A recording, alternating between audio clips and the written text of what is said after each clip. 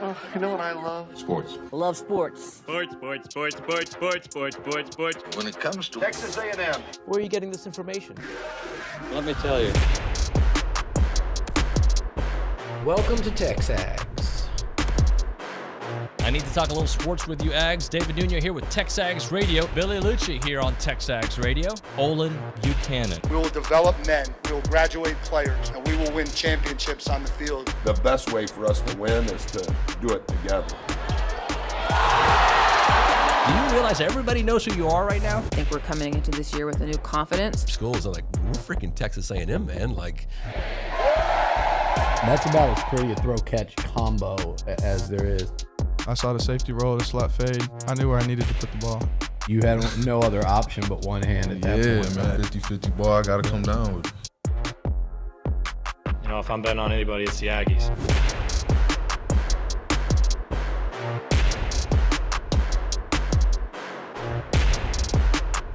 So we're going to play a little game here, OB. All right. Welcome into TexAgs Radio, presented by David Gardner's Jewelers, Rollo Insurance Studio. Go Hour, presented by The Warehouse at CC Creations. We call this Coffee Talk, presented by TexAgs Coffee. Beat the hell out of morning by going to texags.com/coffee. So I saw a tweet from Connor O'Gara yesterday talking about why you shouldn't sleep on Connor Wigman. And it was a good conversation I had with Billy about it. We're going to have Connor on the show. But it got me thinking for a moment. Let's play a game. If they are who we think they are, Denny Green style, what does that mean for A&M? I picked 7 players, right? And there's some other players that have shown flashes or people who I think are already there, right? But I broke it up in different tiers. But if they are who we think they are, and Connor Wigman is one of those, because short sample size, he's been injured. We didn't get he's had 8 career starts. But if what he's done over a 12-game season, what that looks like for A&M. And I'll give you my list, and we'll kind of go through those guys, and we'll see if those guys live up to what I think they'll be, or if they should be. What does that mean for success for Texas A&M next year? Okay. So what if Connor Wigman is what we've seen, the 16-2 touchdown and interception ratio, right? If he's that guy for an extended season, for an entire season, right? What if Nick Scorton is that Big Ten sack leader, and he comes here? Okay, that's my second guy. Okay. What if Bryce Foster lives up to what we expected him to be after his freshman season? Okay? And you can have different guys. I'm just giving you mine. What if Reuben Owens? Like, we saw flashes, but he still hasn't reached what we think he's going to be. What if he does? Mm-hmm. What about Will Lee, the transfer? Okay? Moose Muhammad. We've seen it in flashes, these acrobatic catches, does not get on the field enough. But what if he's that guy? And the other one, Shamar Stewart, who, from all reports from Billy, has looked fantastic. He looked fantastic heading into the bowl game and all the workouts and whatnot. So if those 7 players live up to what we think they will be, what does that mean for Texas A&M football? I think if you have those 7, I'm saying 9 wins. Look, you won 7 last year, right?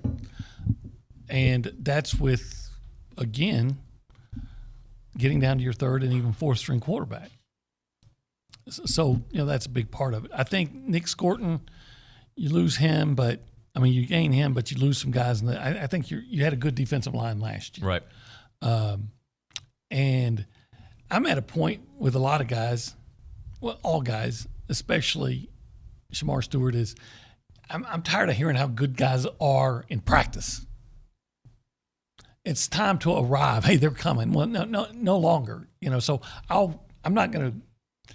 I don't know what we think Shamar Stewart is. Right. So to me, But if he lives up to the reports, right? And by the way, let me phrase the rest of the question like this: if everybody else does what they've done, like Bryce Anderson is already a dude, right? No. So I expect him to be better in his 3rd year, but if he just plays at that level, we know what we're getting.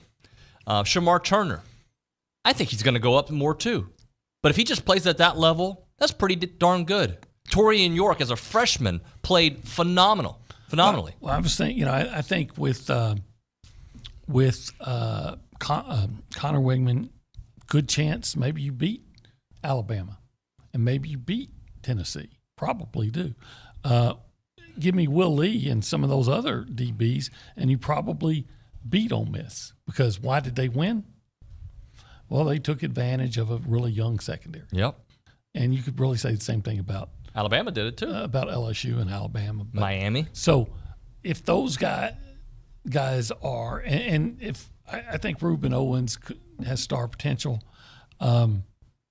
but to me, I don't care how good you are as a running back until you have an offensive line. 100%. And I think that's beyond just Bryce Foster. You could replace Bryce Foster with Ruben Fothery. You could replace Ruben Fothery with Chase Basantis. If I'm of the opinion, if Bryce Foster gets back to that level, that Ruben Fothery will get back to that level. It could, just because we changed the offensive philosophy and the offensive line coach.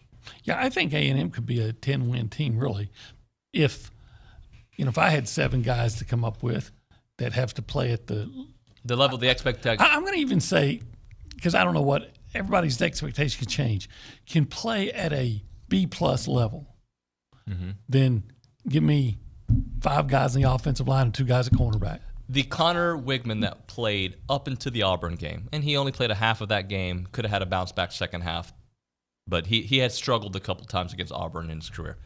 That Connor Wigman was already considered one of the top 3 or 4 quarterbacks in the SEC.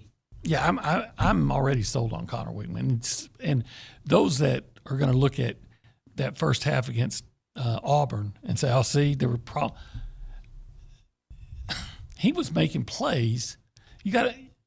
Was he playing great? No, but he was making plays. You got to look at the whole picture of why they kept getting in trouble.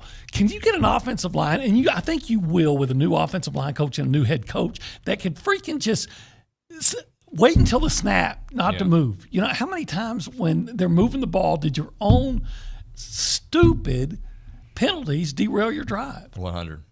So, like I said, you give me 2 good corners and 5 good offensive linemen, and I think you got enough there to be a 10-win team. Yep. I think we're gonna get better than what we've seen from Connor Wigman. But if he's just as good as he's been in his short sample size over a full season, you win those games that you mentioned last year. Yes, the games played differently potentially, but you win those games. But I'm not even talking about last year. I'm talking about with this upcoming schedule that is coming up. If Connor Wigman stays healthy and plays the way he's played, that is good for 1 or 2 more wins, no doubt. If the offensive line can protect him, right? And these last 3 years has, to me, 100% comes down to the offensive line.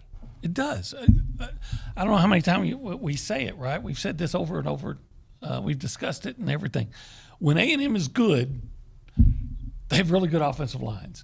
Good team. You can't find a championship team that doesn't have a really good offensive line. 100%. It just doesn't exist. And quite frankly, it typically means you have a good defensive line too. You will not have a good defense without a good, strong defensive line. Would you take a little drop off from your defensive line for a significant increase in your defensive backfield? I would. And we may get that. Yeah, you may not get a drop off. You should get better defensive back play regardless. You should. Yeah, I feel, but again, A&M's playing Missouri tonight in basketball. I'm taking the Missouri slogan. You got to show me now. I'm never going to assume anything unless you've done it on the field and made me come to the conclusion that this guy is a proven producer on the field. No more, hey, they look great in practice, So until they can do it on the field, well, I'm sold on Connor Wigman. I think from what I've seen from the receivers, are they great? No, but I think they're good enough. I'd like another receiver, but you're going to get one tomorrow. Let's hope. Is it Cyrus Allen, if I'm remembering the name correctly, from Louisiana Tech? He's got big play potential. Look, but potential isn't living up to the potential of what we've seen from guys, not what we haven't seen, right? Like, we have seen Will Lee play well at Kansas State. By the way, another guy you can add to that list, Desmond Ricks from Alabama. He didn't play very much for Bama, but there was a loaded secondary there with the Tide last year. 5-star, didn't play much, comes here. He's got the speed. He's one guy. If he lives up to his billing, remember the billing that Denver Harris had and others? Like, that's the kind of dude he is. Yeah, it seems like I think his B.J. Mays is a guy that Lucci likes to talk about.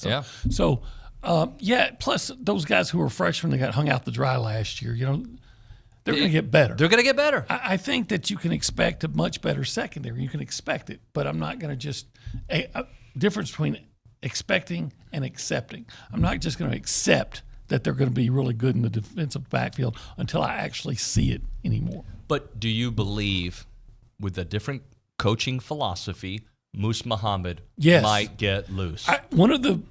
To me, one of the big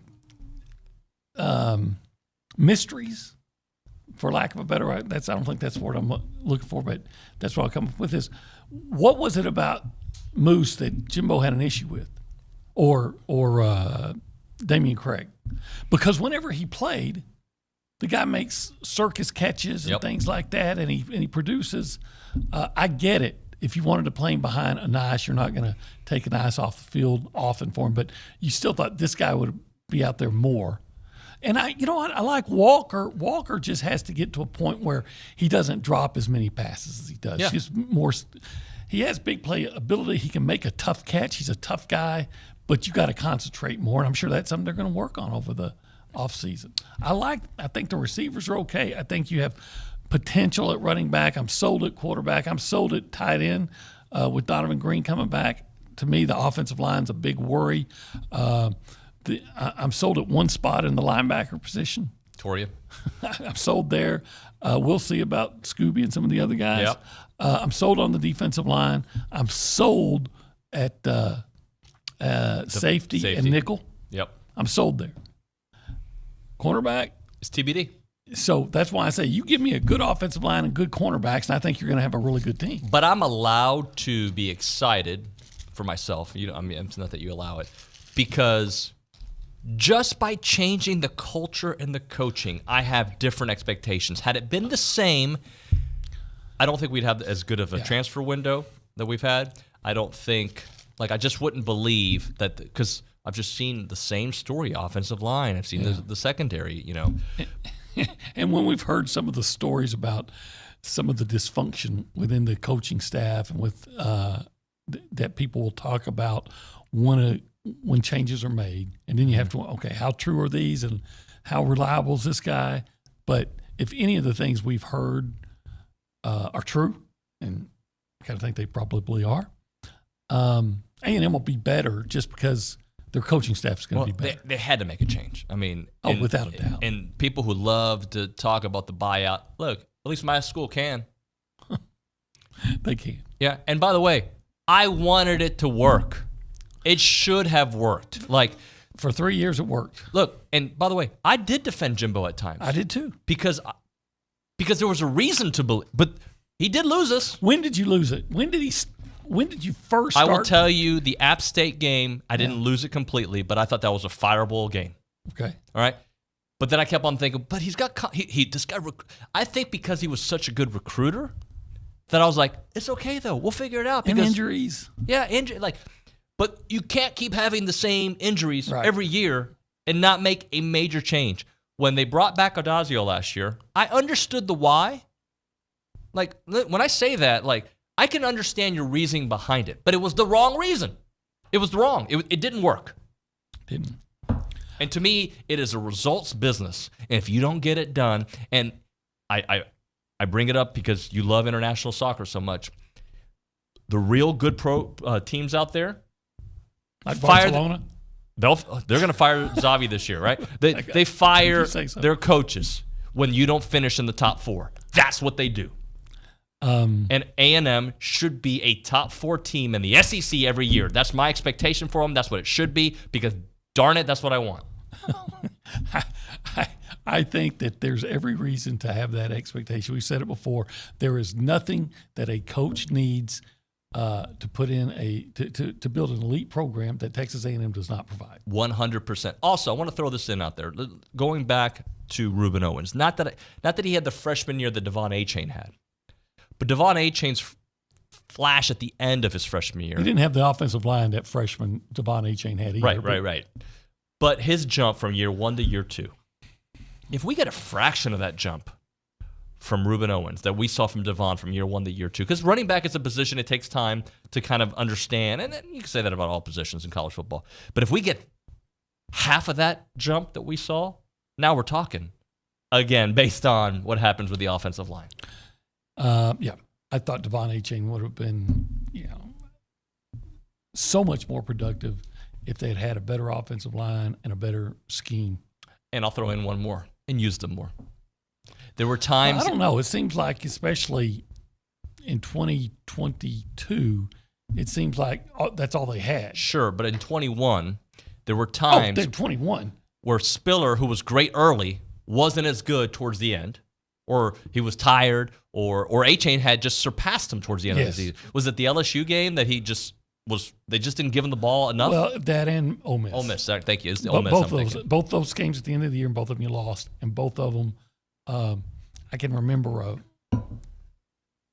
There's no point. And by the way, good problem to have when you have Isaiah Spiller on your roster. Yeah, but at some point you have to look at it and say, okay, this guy's working. I remember going to, and I don't think this means I have amazing insight. I have average eyesight. That's all it took.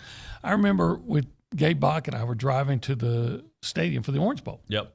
And I was telling him, Gabe, I'm telling you, Devon Achane's better than Isaiah Spiller. And Gabe will tell you, we were having that on the way. I said, and everyone's talking about Spiller, and I get it. He's an NFL back, but Devon Achane's better. And then Devon was the MVP that night. Mm-hmm. And like you said, it's a good problem to have, but at some point, had your coach made the decision to say, I'm just going to go with the best guy, you probably would have won one of those, if not both of those games against Ole Miss and LSU that year. My hope, by the way, for us, beyond what we're just talking about right here, my hope for us is that we get to go to a bowl game in the great state of Florida or Nevada or California or a playoff game. And it's that because I just want to know where the playoff games are. Right? Because hopefully we'll get to host one at Kyle Field. Well, yeah, but I'm talking about the past the first round, but because I have great expectations. Well, because since I've joined TexAgs, skipped the bowl game because of the COVID. Okay, and your coach didn't want to play. Yep. Beyond, I'm getting a text from Gabe, by the way. Gabriel Bach. Yeah, he's saying he can confirm my eyesight. So there was the skip bowl game. Yeah. There was the no bowl game. Yeah. And there was down the street bowl game. Bowl. Yeah. Can I look? I don't ask for a lot. Can I just get some Florida? Can I get a little Cali? Well, you were going to go to Florida until the coach said, I don't think I want to play. Yeah. But how about South Florida? South Florida. I mean, it was winter in Jacksonville. It was still kind of nice when we went there. I've never Jimbo's been. first year. Yeah. All right, let's. We've gone long on this segment. That's all right. Let's do this. We will hit a break. We'll come back and check in around the room, and we'll also get to our performances of the week. We can continue this conversation as well. You can reach us multiple ways, 979-693-1150. You can call us up on the Brian Foley Law Hotline, or you can text us on that same number, 979-693-1150. OB, there's no meetings to have, right? Although I would say let's sell if these 7 players that I picked in this conversation, we can alternate the names. If they live up to what we expect, I think they should be rewarded. I think the great OB should take them out to eat. And I would. All right, fine. The great Billy Lucci. I would put it on the TexAgs account. Yeah, and then I'd be glad to. And I'd take them to Fargo's for some rib tips. The beauty is, you could get them really full and not cost you that much money. That's true, but because linemen, they can eat football players can eat. Yeah, and of course, if I was taking them to rib tips, you're talking about all those big football players, I guess I'd have to be calling by 9 o'clock or if not earlier to reserve the rib tips because they're that good that they get sold out sometimes even before, noon. Yep. But yeah, that would be something that they would that would be an appropriate award. Well, that's one of those days that if you're a listener and we actually bring this topic up, you better call and reserve your rib tips early because they're already gone anyway. But if those guys come, Belinda or Allen, listen. They both answer at the same time. Yeah, whichever one I'm talking to. Yeah, listen.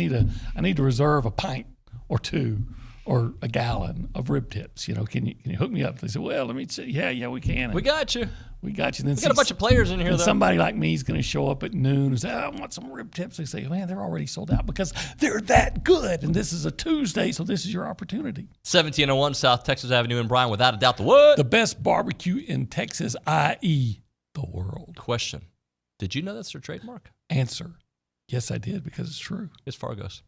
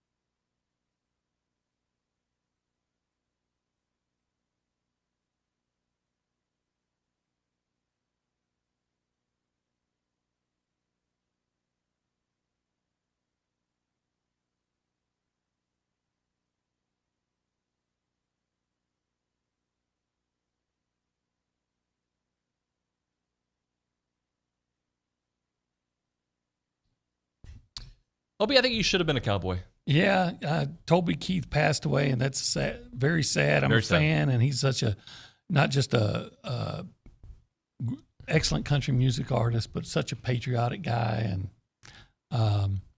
that's a loss. Yep.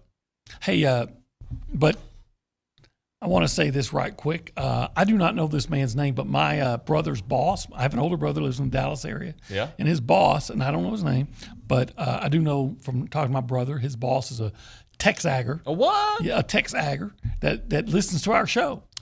Okay. So, Boss man? Boss man, be sure to go by and see your employee, Terry Buchanan. Yeah. And tell him happy birthday today. 68. Happy birthday, Terry. I met Terry, right? I don't know. No. You met my brother Shane, who lives in Missouri. Missouri, that's right. He's my younger brother. Okay. Well, happy birthday, Terry.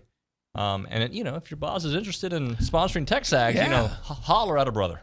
Yeah, call old David Nuño and we'll put you on. Hey, it's TexAgs Radio. We're presented by David Gardner's Jewelers. We are in the Rollo Insurance Studio, and it is the Go Hour presented by the Warehouse at CC Creations. One other thing about Toby Keith, I met him years ago on the sideline of Oklahoma A&M he's a big game. Oklahoma fan.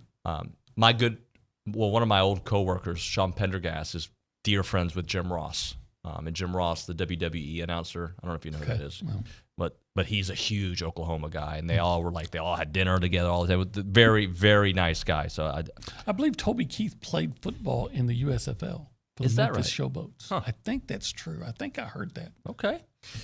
And a couple things before we go around the room and say hello. I got Bullfroggy listening in Carlsbad, New Mexico. What's up? Nice. Ron McWilliams, 35-degree day in Ransom Canyon. Okay. Where's Ransom Canyon? I don't know. Sounds cold. Yeah. Yeah, it's colder than here. Chili, the LSU fan, listening. Good morning, Chili. Nick, listening from Odom. We've got Odom House. Chris Cobb, who says Texas City in the house. Okay, So, Texas City Stingrays, yeah, I think. You know. I think. You're probably right. Anyway, good stuff there. Let's go around the room and say hello to the people out there. Behind the glass is where we find the Nick Savage. Nick, good morning, buddy. Howdy, good morning, y'all. How are you, sir? I'm great. OB, 1982, Oklahoma City Drillers is who Toby Keith played in the USFL for, because I was curious. I looked it up. Okay. Sounds like you disagree. I thought he played for the Memphis Shows. The Oklahoma City Drillers, I don't even remember them being in the original USFL. Not saying they weren't. Wikipedia, Nick?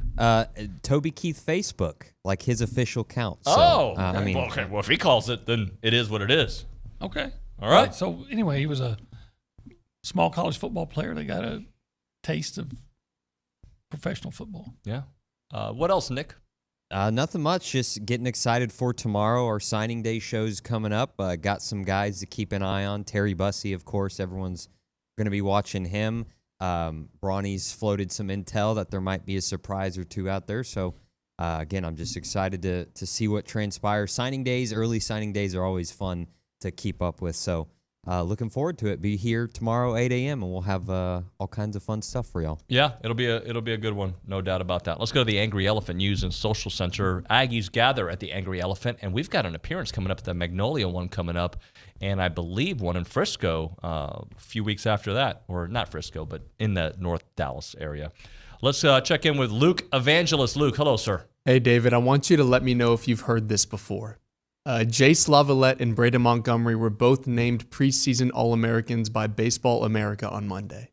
I believe I heard it before. Yes, so they've also been named All-Americans by D1 Baseball and Perfect Game. So if you're keeping track, that is 3 different sites who believe Texas A&M will have one of the best outfields in the country, and they start their season next Friday. We're just a couple days away from Aggie baseball returning, and Aggie softball returns this Friday. Yeah, Luke, do you support baseball with the same vigor that you support basketball? You know, I'm learning to. Baseball was not really my sport growing up, but since coming to A&M, I've learned to definitely love the program that Schloss is building. But I will say there's nothing like my love for Aggie basketball. Okay. Well, how about this? I think we can all get down with winners, right? Like, I know you're a huge soccer fan again, but when the U.S. women's national team, before they got political, was on their way to winning World Cups, everybody got around that. So we love winners. Schloss is a winner. Weaver's a winner. Corton's a winner. We got some winners here. We do. And I support them all, even the horses. Had to get that in. Well, get your sound effects ready for this one because men's tennis is 5-0 this season and currently ranked 14th. There's a bunch of stud horses on that team. on the tennis team? Can we get the... They're 5-0. Remember when we used to do the Milliken Reserve thing and I'd have you do the animals? Yeah. I don't know. Kangaroo? How does it go? I don't know. I don't know. How does a turtle go? A turtle? I don't know. Snap turtle? Snap. Well, if you're interested in watching,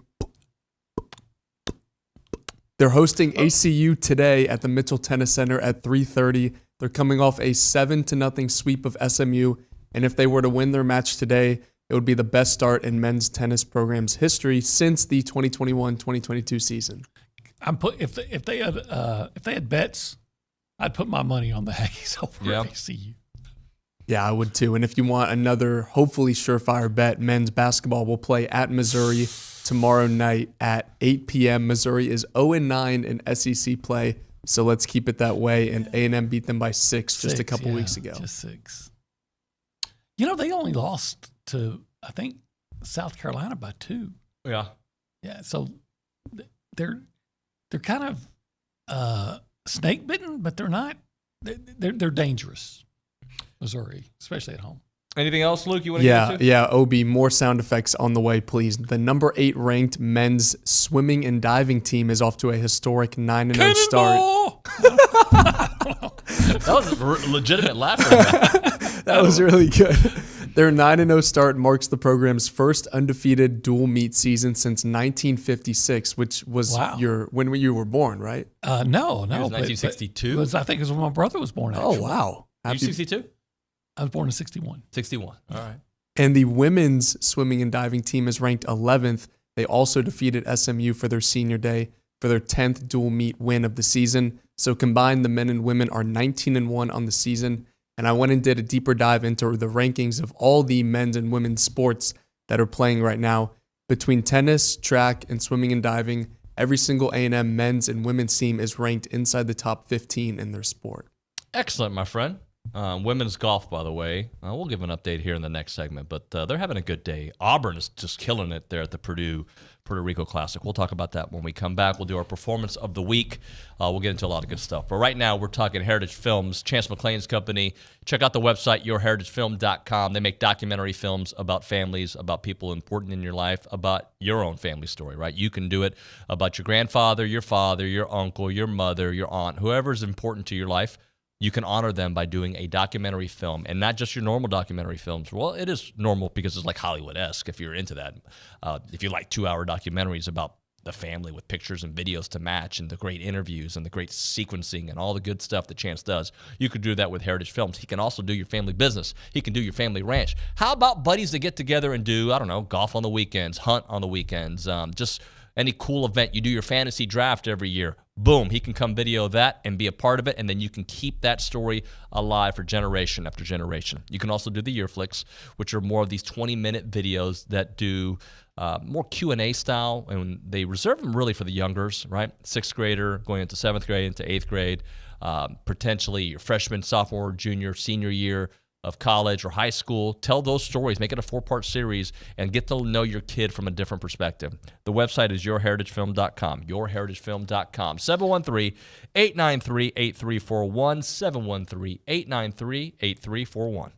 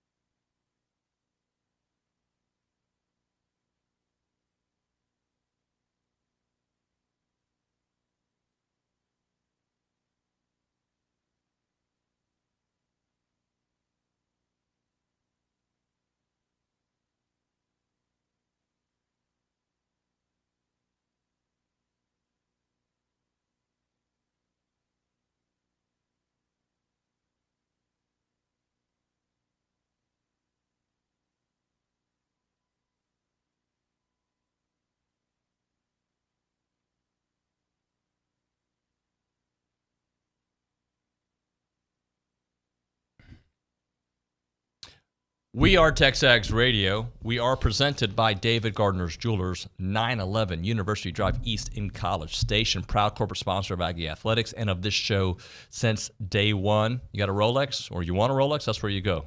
David German collectors, go there as well. It is davidgardnersjewelers.com. We're here in the Rollo Insurance Studio. Go Hour, presented by the Warehouse at CC Creations. He's Olin Buchanan. I'm David Nuño. Today is Tuesday, February the 6th. OB! Let's get into the performance of the week. I think pretty easy to figure this one out, right? Yeah, in fact, I should have worn my boots today. These boots are made for walking. Well, he wasn't walking, but he was scoring, man. He was scoring He was going downhill. 26 points? Yep. Man, what a big shot in the gosh. Luke, what was that, about mid lane or even closer? And he looped that ball over a 6'11" guy? Yep, with about 30 seconds left. Huge. Huge. I don't know why I said that. Sorry. Boots was huge in that game, and that win. 10 of 16. All right. He was 2 of 3 from the three-point line. He went downhill a lot. Played 38 of the 40 minutes and also had the game-winning bucket. Yeah. You know what? Sometimes he would penetrate, drive to the basket, and Florida was so big that they would just block his shot. That's all right. And you know what he did? He went right back the next time. And he would adjust. Sometimes he would contort his body in the air and make a shot over them. Sometimes he'd get fouled and make some free throws. He played a strong game. He played a courageous game. We were going back and forth yesterday. We had to throw in the defensive stalwart known as Solomon Washington. He played great. Solomon Washington really played well. We too often just look at how many points you score, how many rebounds you get. But I think Solomon Washington is becoming this year's version of what Dexter Dennis was last year, at least on the defensive end. And I'm going to throw in a third one. That would be Aggie women's golf, ranked number 12 to start the season. One stroke back at the Puerto Rico Classic. Coming into the day, LSU was at -4, A&M was at -3. That has since changed. Auburn is on a tear right now. They're at -7. A&M has tied them here in the last couple minutes, also at -7, tied for the lead with LSU a stroke behind them. So Aggie women trying to take it home at the Puerto Rico Classic. I have to admit, I don't know any of the individuals on that team. I couldn't name you one, but we support you and keep it going. Win. Garrett Chadwell's the dude. I mean, I think you guys would get along. Like a nice guy. Yeah, he's awesome. So congrats to them. That's our performance of the week here on TexAgs Radio. All right, OB, let's change it up a second, right? I was reading something from ESPN, the returning metric thing, okay? Okay. And let me go ahead and tell you, I don't care about returning metric, right. Okay? I mean, what I like for a lot of people this team wasn't good enough for me to care about the returning metric, although I do think it matters. But they are number 18 in ESPN's returning production rankings. And while that's the highest SEC team, by the way, I believe they were the highest SEC team going into last year as well. So to me, I don't care. They picked up 22 players from the transfer portal. That helps their metric, believe it or not. The highest in the SEC of offensive production rate of 77% and 67 on the defense, which is a very good number. But if you look at the returning metrics for this year, all right, I'm going to just tell you some of the teams. This is not the kind of company you want to be in, right? Like, to me, number 1 in the country, Va Tech. Okay, I don't care. Iowa State, Nebraska, Oklahoma State, Virginia, Northwestern, Kennesaw, Rutgers, Miami of Ohio, Syracuse. Kennesaw, how they get in there? I have no idea. 76% coming. UMass, Rice, Louisiana, Cal, Colorado. That's what the returning production looks like for those teams. Yeah, those are a lot of bad teams. If you look at the year prior, okay, Wisconsin, Auburn, Nebraska, all in the top 40. So, look, I want people to come back. I want people with experience because I think in today's college football, you need experience. But that metric does not matter. Scheme matters, though, OB. Scheme does matter. And I think they're going to have a better scheme with all these guys coming back. And quite frankly, again, I feel good about A&M in most of the position groups. And a lot of it's because some of these guys are coming back, like Shamar Turner, yep, right? Shamar Stewart. I mentioned Henderson. Not Henderson. Jalen Henderson? Walker. I mentioned Ja'Day Walker. Yes, sir. And Moose. So yeah. There was a lot of talent on the team last year. Yeah. There's a lot of talent on the team this year. I think it's going to be better coached. I think it's going to be in better physical condition. I think it's going to be stronger. But we're going to have to wait and see about that offensive line and those corners. I think they're going to be better. I think they are. I think they're going to be better coached. I think there's going to be more communication. But I have to see it. But do you agree with me? Like, yeah, I prefer to have people with experience returning, and that. Yeah, good ones. Yeah, like yeah, I have to admit, there have been times when I was glad to see a guy go. Well, and there may be some guys who are on the team last year that I'm glad to see they're gone. Yeah, and it's interesting because you balance out the talent with what they do in the locker room, or what the production has been, and is it worth the drama? Is it worth the price of NIL, whatever that number may be? Is it worth all of that? Yeah, sometimes I don't want guys coming back. And I think, to me, it appears that guys coming back are guys that want to play for Texas A&M. And, look, I understand everybody has NFL aspirations. Hey, I want to play football and get paid tons of money. What's wrong with that? But in between, you got to play in college, and so as long as you're here, play for Texas A&M, not play to just get ready for the next level. I think you got that here. Let me see if I can phrase this without sounding like a J-hole. If you leave to better your life, to better your playing, to better whatever, the scenario, the situation you're in, I'm okay with that. If you leave and join a program that is anti-A&M, right? If you leave and join a program that you haven't beat while you've been here, that is like the coward's way out. That is a punk way out. Like, coward's not the right word. I don't like that. I want guys to leave for better situations. And by the way, I don't know. Only they know what's a better situation for them. But let me go ahead and tell you, if I'm Kevin Durant, I don't join the Golden State Warriors after they beat me in the playoffs to go win a championship with them. It's my mission to beat the Golden State Warriors, right? I don't just join them. Well, I'm glad the guy from Alabama came here. Desmond Riggs? Yeah. Well, here he potentially can start. Right. And I understand. And this could come back. I like how you flip that, because now I see that perspective, like, oh, you got a point. But here's how I look at it. And I'm probably going to be ridiculed for this later in the season. Once the season starts, they may have great years. Personally, I'm not losing any sleep that Walter Nolan and Evan Stewart left. Evan Stewart was really good early in the year, and then where was he? Okay, he had a what was it? Thigh bruise. Wasn't my thigh, so I can't say how hurt he was, but he just wasn't available. I need guys that are going to be available. Walter got hurt a couple times. Walter could be. He could be. Walter's going to be a stud. Is he? When? If he stays healthy. There's the big if, right? Well, when was he injured this year? I know he got hurt at Tennessee. The Tennessee game, to me, was like, it looked like he had snapped his leg in half from the press box. Yeah, I was wondering if he's going to walk again. Yeah. And then I found out he was walking up and down the. I think he came back and played in that game, He right? played, not in that game, but he played the next week. Yeah, remember they had to take him off on the that's right, cart? the stretcher, yeah. Walter can be, he's not, or at least here, he wasn't that guy that was just the war horse on every play. He was not Justin Matabike. And I think that's why us older guys loved college football, because you knew you had these guys typically for 3 years, right? You've that was, well, and now you don't know if they're going to be around. What you're losing is you're losing at least a percentage of the tribal element of college sports. It was like you're in my tribe, you joined my tribe, and you're losing some of that. But you adjust. You got to keep on adjusting. All right, we'll hit a break. When we come back here on TexAgs Radio, we'll go to the Angry Elephant News and Social Center. I know some of you are chiming in. We'll get into that and much, much more. It's TexAgs Radio.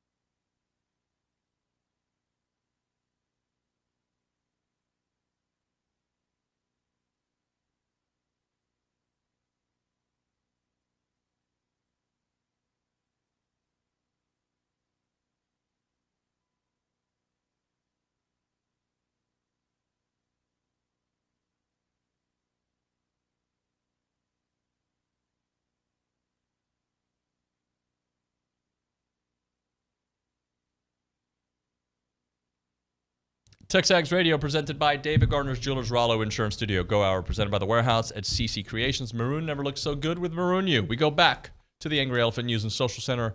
Luke Evangelist is there. Luke, talk to me. I've got a text message from Matt in San Antonio, loyal listener. He always texts in great questions. And today he wants to know, how fast do you think it will take the culture to change in Aggie football? So, OB, let's take that in parts because the culture has changed. Now what has to happen is the consistency. So you hold people accountable. It's got to trickle down. And then guys who can't adjust will be phased out. Yeah, I do think you're going to see a lot of guys leave in the next window, in the next transfer portal window, and that's not necessarily a bad thing. I think the culture can change right away if your coach comes in and said, this is how it's going to be, or you're not going to be here. Right. I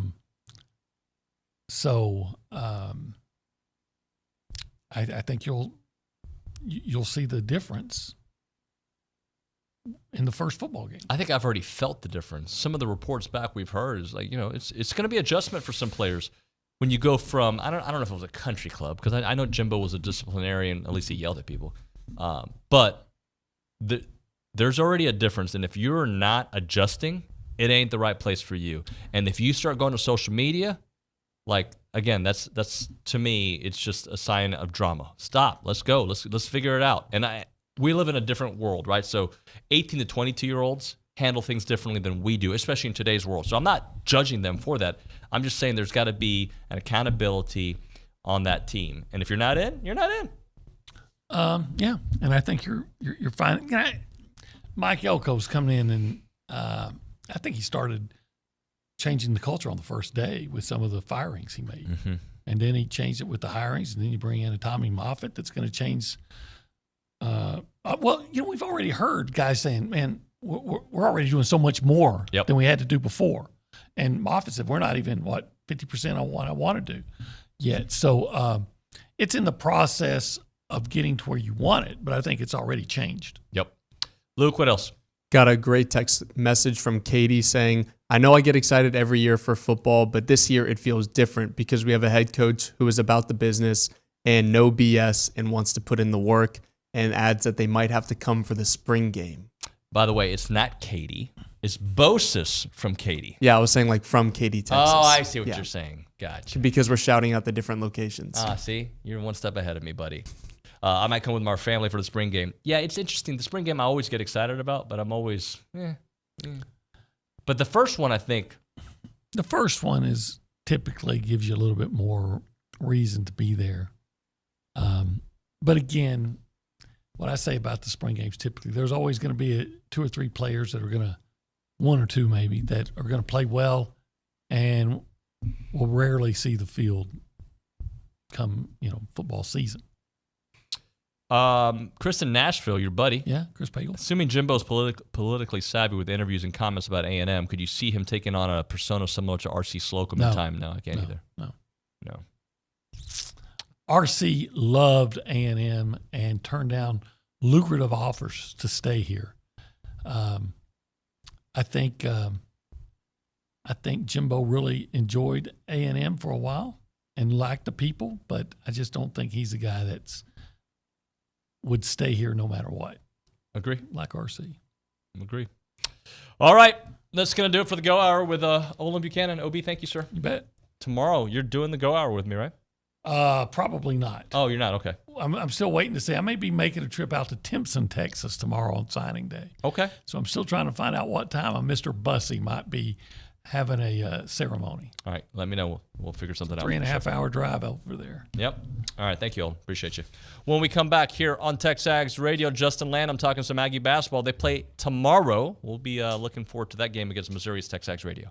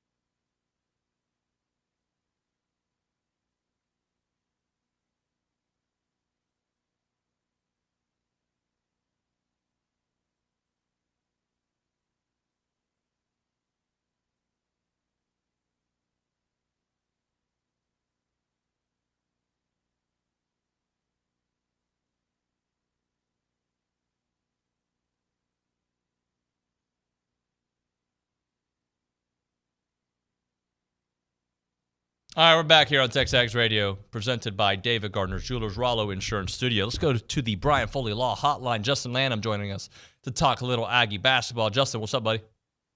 What's going on, David? How are you? I'm good, man. I'm good. It's first time in weeks. I haven't gone back and forth during a game, man. Because tell me how you feel about that game against Florida. It felt like, all right, here we go. Oh, here we go. Oh, here we go. Oh, here we go. Like they'd get up, they get down. They get up, they get down. But then they made the game-winning plays at the end. Yeah, 100%. I think I saw that they had a 13-point lead. When you're watching the game, you don't really realize what the lead is. But I think the lead that they had was 13 points, and you're just like, man, is this thing about to get ugly? The guys found a way to fight back, and I think that was huge. That just shows the toughness and grittiness of this team. And honestly, you wouldn't really expect anything else from these guys. And so, just when you think it's about to slip away, they find a way to make things interesting. Yeah, the way the end of the game went down, like it was scary, frantic pace. Like that being said, there was a part of me that just kind of believed this time. I don't know if maybe it's the way Boots kind of asserted himself and the way Solo defensively asserted him. I know there were some shots that happened, but the defense was on point. Yeah, 100%. I think the end of the game was just really crazy from Wade moving on the baseline whenever he wasn't allowed to run, and the turnover. And, it was weird being there. And you would think that the crowd, you would have felt like the air would have just been let out of the crowd and that you would have just felt like this game was over. But you didn't really feel that sense from the team or the crowd. Something that I always used to tell my guys, my athletes, whenever I coach was E plus R equals O. You have an event that happens. How are you going to respond to that? And however you respond is usually what the outcome is going to be. And I felt like the event that happened was Wade, got the running the baseline call there when he wasn't allowed to. His response could have been, this is probably over. They're probably going to score here. But instead, they just got ready to play defense. And I think, and then the outcome was they win the game. And I think a lot of the times that reflects from the leadership. And I think Buzz is always pretty calm in those moments. I think that a lot of coaches in that moment would be looking at the refs, complaining to the refs, not being ready for the next play. And I think a lot of the times in those types of moments with this team and with this leadership, I think a lot of times you see them just, hey, next play. What are you going to do? How are you going to respond? And that's just a great life lesson too. There's so many events that happen in our lives, and how you respond is a lot of times what the outcome is going to be. And so I think that was really cool to see from this team. Just one of the things that I really appreciate about the way A&M won was it takes, I know I'm responsible for certain narratives that happen because we talk about so many storylines in a game, but the storyline would have been, Wade's mistake at the end of the game if their defense doesn't come through, and Wade's been the reason they've had a chance this season. Yeah, absolutely. I mean, that thing could have turned on a dime there. It could have happened. Florida could have hit a shot there at the end, and then you're looking to the most recent mistake, and it's going to be Wade having the turnover there. And so, luckily, that wasn't the outcome. And again, I think it just goes back to them being ready to play. If they had come out of that turnover and said, you know what, guys, and like Buzz talked yesterday, I believe on the show, just about how they didn't have any timeouts. Just all the things at the end of the game and just how they responded to all that was huge. But the narrative definitely could have flipped really quick, but luckily we pulled that thing out. How does the Reed arena environment impact them moving forward? So yes, they won. It was a great environment. Now they got to go on the road. Like, can that environment have given them enough confidence, momentum for that to hopefully in their minds travel? Does that even make sense the way I'm phrasing that? Yeah, I think just the fact that, look, the 12th man, we're so supportive, almost to a fault, like loyal to a fault sometimes, right? But that's what I love about this university is you got an unranked matchup on a Saturday at Reed Arena, and these guys I know they felt the support being there. It was so loud. I looked to my wife at one point during the game and I said, man, this is as loud as I feel like I've heard it in a long time. And it was just one possession. It wasn't the whole time, but there was a possession or two that it was extremely loud. And that was exciting to see. I got to point this out. This was really funny. I love this about the student section. right over my left shoulder, there was a group of about 4 kids, and they were all dressed in Florida gear, and it looked like they were with one of the dads. And every time one of our guys would go up for to shoot a free throw, they would scream as loud as they could at the top of their lungs. And so they're doing the Gator chomp and everything. Well, at one point during a timeout, there was a cool a song, and it had a nice little beat. And our student section kind of caught on that they had these little kids up there, and so they all turned to the kids and did it to the beat of the song, and were doing the Gator chomp at them, and the kids were doing it back. So it was just a fun environment, and I felt like the students were really into the game on Saturday. That's a cool story right there, Justin. You mentioned free throws there. Am I crazy for thinking it's going to eventually get back to somewhat normal? Because I've said that for 3 or 4 games now, and they're just still missing 9, 10 free throws or 5 free throws or whatever it may be. Yeah, you hope so. I mean, I guess the positive out of that is that we are getting to the free throw line. I think I heard Buzz say it too. Manny is getting fouled at a higher rate than anybody else on the team, and getting to the free throw line, I guess, at a higher rate than anybody else on the team. But that's frustrating whenever he goes. I don't know what he ended up going, but I know he missed 4 right in a row. And so that's really tough. But again, I said it last week, and there's no other way to fix it other than just repetition and getting in the gym and trying to fix that. It comes down to a confidence thing. A lot of times when shooters are struggling, it just comes down to a confidence thing. And how do you correct confidence? You put in the work. And when you know that you've put in the work, then a lot of times you're going to be confident in your abilities. And so I hope it does turn. I think we have capable free throw shooters. But yeah, like I said, I guess the positive is that we are getting to the free throw line. Talking to Justin Lanham here on TexAgs Radio, you mentioned Mo there, and that was something that Manny Obaski, that Buzz was talking about quite a bit yesterday. I'm big on this kid, but I'm still waiting for him to reach what I think he should be. But I like him on the floor. He's got to hit his free throws. He's got to hit some shots. But like the athleticism is certainly there, where I feel like can have a solo impact if he kind of reins it in. Yeah, and that's the thing. If he can rein it in and not be so sporadic at times, I think that's going to be key for him. He has the ability to get to the basket, probably just about as good as anybody. And Wade and Boots can't, but Manny is longer. He's a little bit more athletic, and so he's rangy, and so he can get to the basket a little bit easier. And so I thought it was interesting. He came off the bench really quick on Saturday, and I think that just told me, I feel like right away I kind of smirked and I was like, yes, because I knew that we were probably going to play a little bit faster style of basketball on Saturday. Whenever you see Manny come into the game, you feel like you don't see him as much whenever it's a half court game. And so I was excited to see him come, get on the floor and look, he misses the free throws. He does a couple of things well offensively, but the thing that stood out to me the most is how he defended. He's a really good defender. He's long, he's athletic, and so he can guard some probably better offensive players on the opposing team. So I think he's a guy that and Buzz said this too. As we're going down this stretch, we've got to find somebody. Doesn't matter who it is, but you got to find somebody that maybe hasn't given you a whole lot in these first couple of SEC games. Maybe if that can happen, if we can get something from somebody that hasn't given us much early on in SEC play, then maybe that could be the X factor going down the stretch. Talking to Justin Lanham here on TexAgs Radio, presented by David Gardner's Jewelers. Justin, when we talk about this team's defense, I feel there's been stretches of this team that they get back to what we've seen over the last couple of years. And there were a little stretches during the season where I thought the defense was good, but it wasn't exceptional. There are moments that they're exceptional again. Yeah, just like we want them to play fast, or at least I want them to play fast on offense, I think the same could be said on the defensive side of the ball, because I think it impacts the offense. When they are playing faster, they're trapping, they're flying around, they're just better defensively. There's just it's just facts. And so I thought against Florida, I thought they tried to speed some things up. I think something defensively that I thought was good is I thought they played more true man-to-man than they had in the past few games.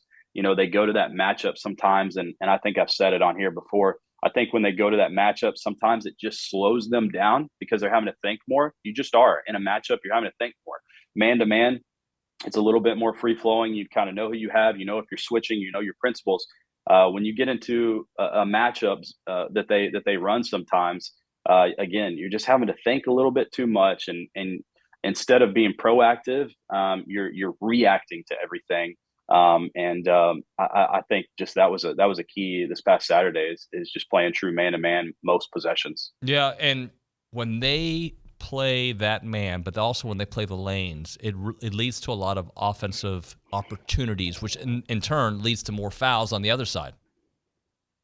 Yeah, absolutely. Absolutely. We do play lanes pretty hard, and they're just begging them to skip the ball. But when they do, sometimes it creates long closeouts for us. And there's nothing better for an offensive player when you see a long closeout because you're looking to attack it.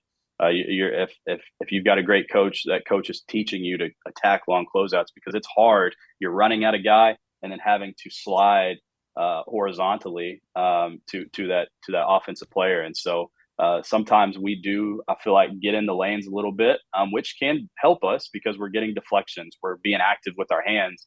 But then in return, sometimes it creates long closeouts for us and a little bit harder closeout, I guess I should say, defensively.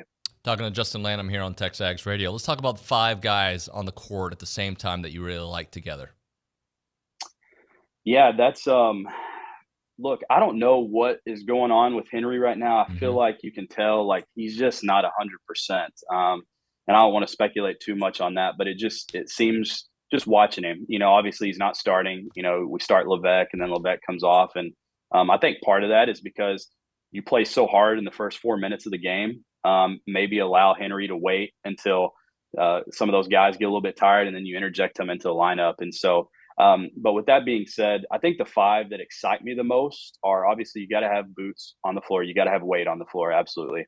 And then after that, Solomon and Anderson, when they're on the floor, I just think that they do so much good that sometimes when they sub out, I'm just like, oh man, I just wish they could stay on the floor a little bit longer. So, and then that 5th person, I guess, would be Jace Carter.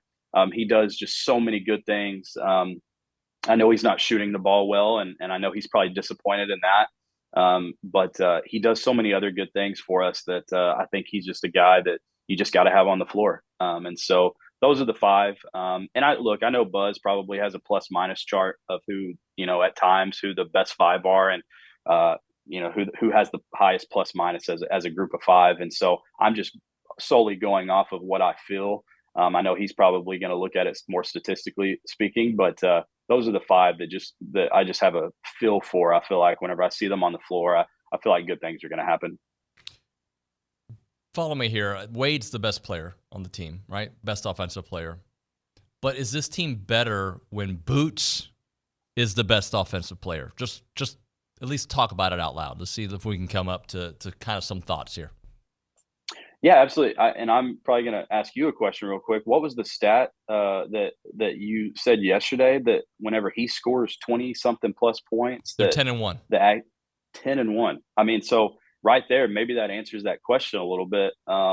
Whenever Boots is at the top of his game, I think it probably just elevates everybody else, and it maybe takes a little bit of pressure off of Wade. Look, typical basketball. I don't think traditional basketball that you want your point guard to be necessarily just your guy that's scoring the most points all the time. Whenever you've got a 2 or 3 or guard off the ball that can score a lot of points, I think that's probably a little better for you, where that point guard can be a little bit more of a facilitator, drive the lanes, things like that, and find open guys. But Wade is having to be that. But when Boots can do that and take some of that pressure off of Wade, and then Wade can complement him too, I think that's why you see a 10-1 record whenever he's scoring as many points as he does. Talking to Justin Lanham here on TexAgs Radio, presented by David Gardner's Jewelers. Here's, and I don't know if it was here for the radio audience, the mind, or if it was a concerted effort, but Boots going downhill as much as he did, it just looked like a different it looked like the Boots we'd seen in years past, and we hadn't really seen that. Kentucky, he did it, but like, I felt like, I don't know if it was something the defense was giving Boots or just a different mindset, but he went and he attacked. And I feel like we hadn't seen that much this year. Yeah, I think that speaks kind of my point too about playing faster. I think there was just a sense of urgency, I guess is the best way to put it. Just get to the basket. I think you saw Boots doing that. Something that was interesting to see this past game is Florida had so much length that as I'm watching it, I'm like, yeah, you're going to have to play fast because if you slow this thing down, Florida had 3 guys that were just so long, and they blocked, I think, 11 of our shots, and it just felt like they were blocking a lot of our shots at the rim.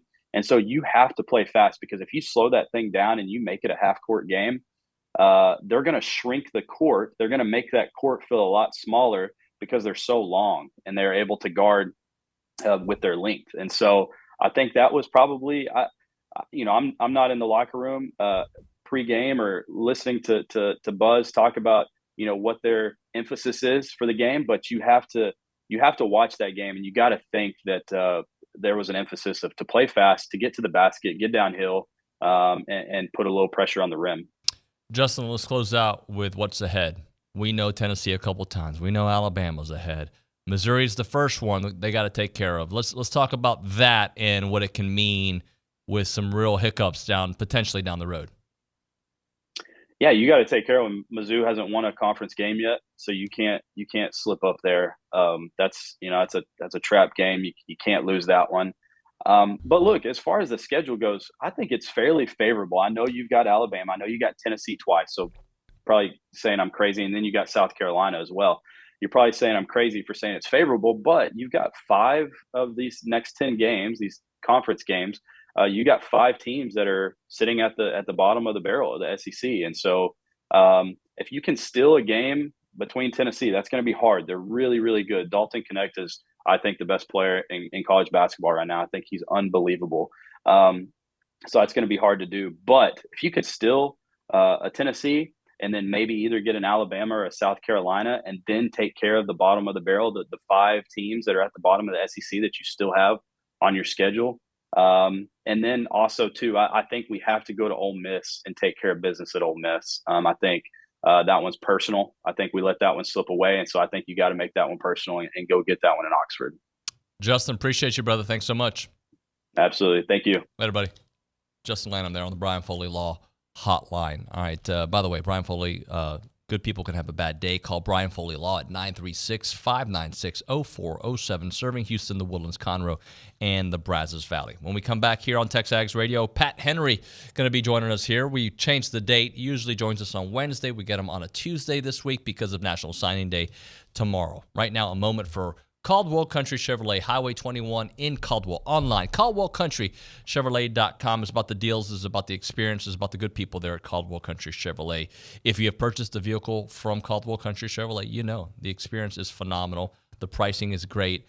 And just the good people who work there at Caldwell Country Chevrolet. It makes a difference when you know you can trust the people you're trying to do business, because we all know that buying a vehicle is an expensive thing, especially in today's economy. It's super expensive to do it. If you want to get the best value, the best pricing, and the best trade-in, you go to Caldwell Country Chevrolet.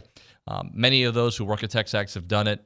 Many Aggie athletic people have done it, and that's why they're a proud sponsor of Aggie Athletics, by the way, because they love giving back to this great community. It's not a far drive. We're talking 15 minutes, the very edge of Bryan to the very beginning of Caldwell. A short conversation away, but you're going to see the difference when you step on the lot and do business with the great people there at Caldwell Country Chevrolet.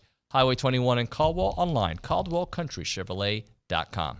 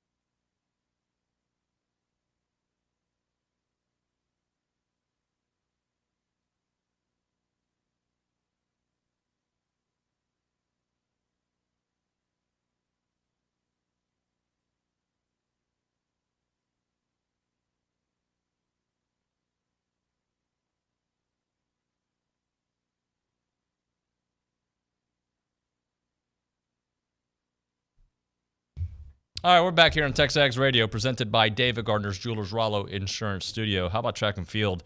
Claimed 12 event wins on the final day of the Charlie Thomas Invitational at the R.A. Murray Faskin 38 Indoor Track and Field Center. Let's talk a little track and field with our friend Pat Henry, brought to you by the Brazos Running Company, your local Aggie-owned specialty running store. Save 10% in store when you mention the code TexAgs10.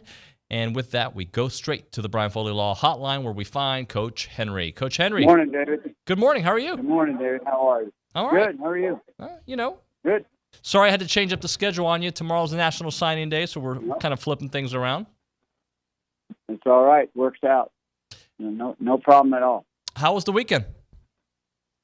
We had a great weekend. On top of, performances, we dedicated the building this weekend, so we had the Faskin family in, and we had all some major donors, and we had a great function on Friday morning prior to the start of the meet. So it was a great weekend besides good performance. Yeah, no doubt about that. Let's talk about Jermaisha Arnold's performance this weekend in the 400. Just the speed and the hard work that she's put in. Well, Jermaisha is just getting a little bit better as we go, and really right now, she needs a little bigger challenge than what she's had to this point, because she's just kind of run away from some people. So this weekend down at Clemson, we have a little better competition. Like we talk, each week gets a little better. This one, we'll see most of the SEC and most of the ACC. We'll see a lot of people this weekend. So it gives her an opportunity, as well as some others, to really be in some top competition, and hopefully it'll get the best out of them. After this week, we have a week off, and then we have the SEC championship. So it's we're coming along. We're doing some things we need to do. How about that 4x400 quartet? Cameron Dixon obviously having a big performance. Jaden Wood, Nisi, and Jermaisha. Yeah, they competed well, all of them. And again, Jermaisha gets the stick in the lead, that's what the other three ladies are supposed to do. But she needs a little bigger challenge, and so I think we ran about three seconds faster than we had run so far this year, and I think we have a little more in the tank. As well as the men. Men ran 3:04 this weekend, which is very good. Right, I think that's number 2 or number 3 in the country right now. So both our 4x4s ran very well this weekend. So we had good performances out of them. Our high jumpers looked really good. Yeah, let's talk about Ushan. Broke the facility record. Yeah. Performance landed 7th in the nation. Yeah, and his opening jumps. This is the first time he's jumped this year, so he's a little rusty. He looked a little rusty, but he's a great high jumper, and he's got a lot more in there. But he jumped 7.2 and a quarter and a half this weekend, so he's jumped well. But there's more in there, and there has to be to score at our national meet. I mean, you're going to have to be. You have to be absolutely great. We had a guy run 3:59 miles not too long ago. 3:59, breaking 4 minutes is in a mile. Used to be they'd build a statue. Now that ranks number 39th in the country. So it shows you the level of competition that's going on. How about Sam Whitmarsh? A nice performance as well. Yep, and Sam's opening performance. And we talked about this last week. We had 3 or 4 guys that we needed to step up. They're healthy, and Sam is one of those. And to run 147.6 on his first time, actually Sam's first time to run an indoor 800 meters. That's really good.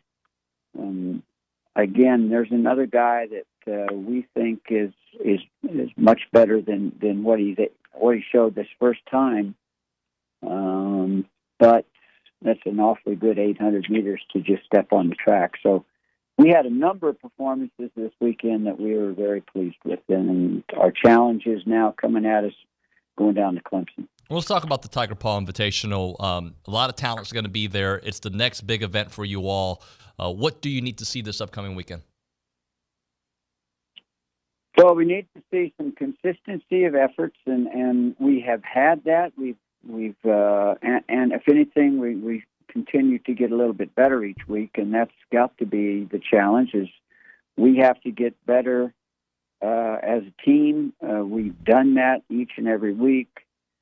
Now, to be an SEC champion team or to be competitive in the SEC championships, which is one of the best track meets you can possibly go to. The level of competition is just fantastic. The SEC is just tremendous in track and field. And for us to be competitive as a team, we talk about this a lot, is we have to have a whole lot of people have their best day on the same day. And that the only way that happens is consistency, and we've been doing a better job of that all along. And that's what I've talked to our team about afterwards this weekend. Is I like where we are. I like the things we're doing right now. It's just a matter of everybody getting it done on the same day, and that means you really have to be accountable yourself, but you have to expect something from each other, and that takes a team to do that. You know, a lot of things about individual performance, and that's great. But to be a team, you have to have expectations for each other. And in today's world, that's one of the tougher things to deal with young people is really having expectations for each other to have a great performance on the same day as they do. Because as a teammate, it's hard to go out there and think, okay, I'm going to give it my all, and this next person may not. And I've got to be able to depend on that person that they are going to give it their all. If I'm giving my all, they got to give their all. And that's the whole development process right now. And that's one of the more difficult things to deal with in today's environment. The way things are today with everything that we're doing in the NCAA, expectations for each other is extremely difficult, and that's building. You hear that word culture all the time.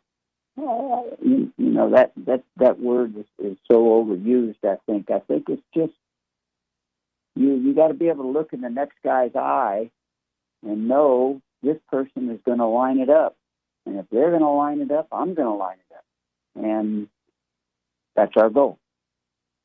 Coach Henry, that makes sense, David? Yeah, Does sure. That makes sense? Yeah, absolutely.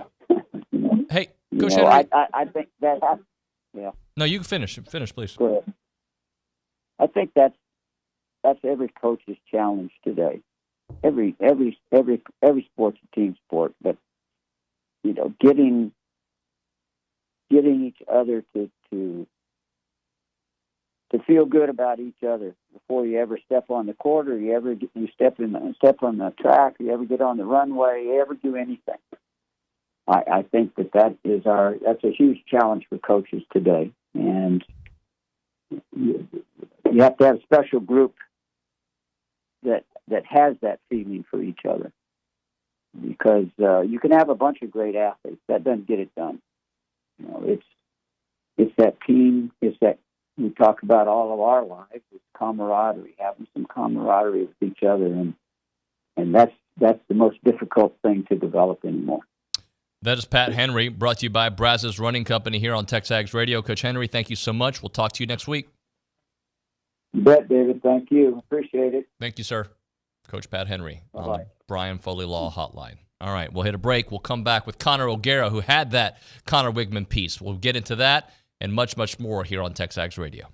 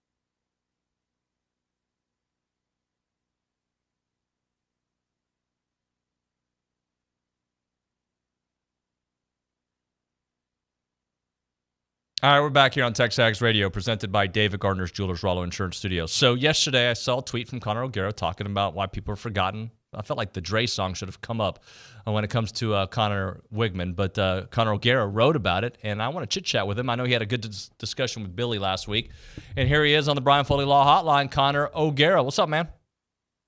How we doing? It feels like whenever I talk about Connor Wigman, I get a couple of people that'll be like, hey, you just like him because of his first name. I point out that Connor Wigman's first name is spelled incorrectly. And if anything, it is a knock that he spells Connor with 2 N's and an E. So this is actually coming out of a place of frustration and not out of a place of bias. Well, I know that about you. One of the things I love talking to you about, Connor, is the fact that sometimes we don't agree, yet you don't come with hot sports take Jake. You come with some reasons behind your opinions. And I guess let's start off with just why did people forget about Connor Wigman? Is it because we've only seen him for a handful of games, and in those games he's been pretty darn good? Hasn't been the starter for the majority of a season. And I think that he was trending in a very favorable direction. I think there are some that might look at some of his struggles that he had in the first half of that Auburn game before he got hurt, or they might look at the final score against Miami and say like, you know what, this was just another guy who wasn't going to work out. I saw some great signs from Connor Wigman early on last year. And if you want to go back to the Miami game, and if you want to pick him apart for those 2 picks, which, by the way, those are the only 2 picks he's thrown as a starter so far. You could point to an Anaya Smith drop, and you could point to him trying to make something happen on 4th down at a 2-score game late that they were only in because he was actually playing really well and was unbelievable against pressure. I think Connor Wigman has shown you some good signs too. And the PFF numbers about how, at that point of the season before he went down, he had the most touchdown passes in the country against the blitz. He has shown poise that I think you would hope to see out of a guy that was a 5-star quarterback at the time. Obviously Jimbo's highest rated quarterback signee since Jameis Winston. And I'm a believer that he's going to take that next step. Now, he's not going to be talked about among the top tier SEC quarterbacks, and understandably so, because there are 5 quarterbacks in the SEC who are coming back after they just led their team to a New Year's Six bowl berth. That is really impressive. And there's depth at the position. He's not in the position like a Jackson Arnold at Oklahoma or a Nico Iamaleava at Tennessee, where they're these 5-star guys who are getting to start in year 2, much like Wigman was last year. So he's kind of the forgotten guy in this mix that I think we're going to be talking about a lot more once the season actually starts. Connor, people also forget the offensive line has been atrocious for a couple of years. There's a change of the offensive line coach. And let's face it, the Jimbo era, the last few years, held people back. It did. And look, I don't want to be the person that says just because you have something new, it's automatically better. But I was really interested to see what Mike Elko was going to do with his offense. That's always a fascinating topic of discussion with a defensive-minded head coach is how do you evaluate your coordinator? What are you looking for? Are you getting up there and talking about complementary football? Are you talking about the things that actually matter in a modern offense? And Mike Elko, in my opinion, crushed the hire of his OC by getting Colin Klein from Kansas State. And I know it's something that we've talked about before already, but I think the ability to recognize the type of offense that he ran with the tempo and the things that they were able to do with Will Howard, I thought went underappreciated nationally. The fact that Kansas State ends up with the top 10 offense in all of college football, despite the fact that coming into last season, it was like, well, they've lost Deuce Vaughn. Even though this team won the Big 12 championship, we expect them to maybe take a step back. And I thought they did some things really, really well on the offensive side of the ball, even with a lot of turnover at the receiver position. And that's kind of what A&M has this year. And it's kind of like, okay, this guy that's got a few of those starts that you think can take the next step, a guy that is going to be using a lot of new receivers that are coming in. I like the moves that they've made in the portal to be able to address those needs at the group of 5 level.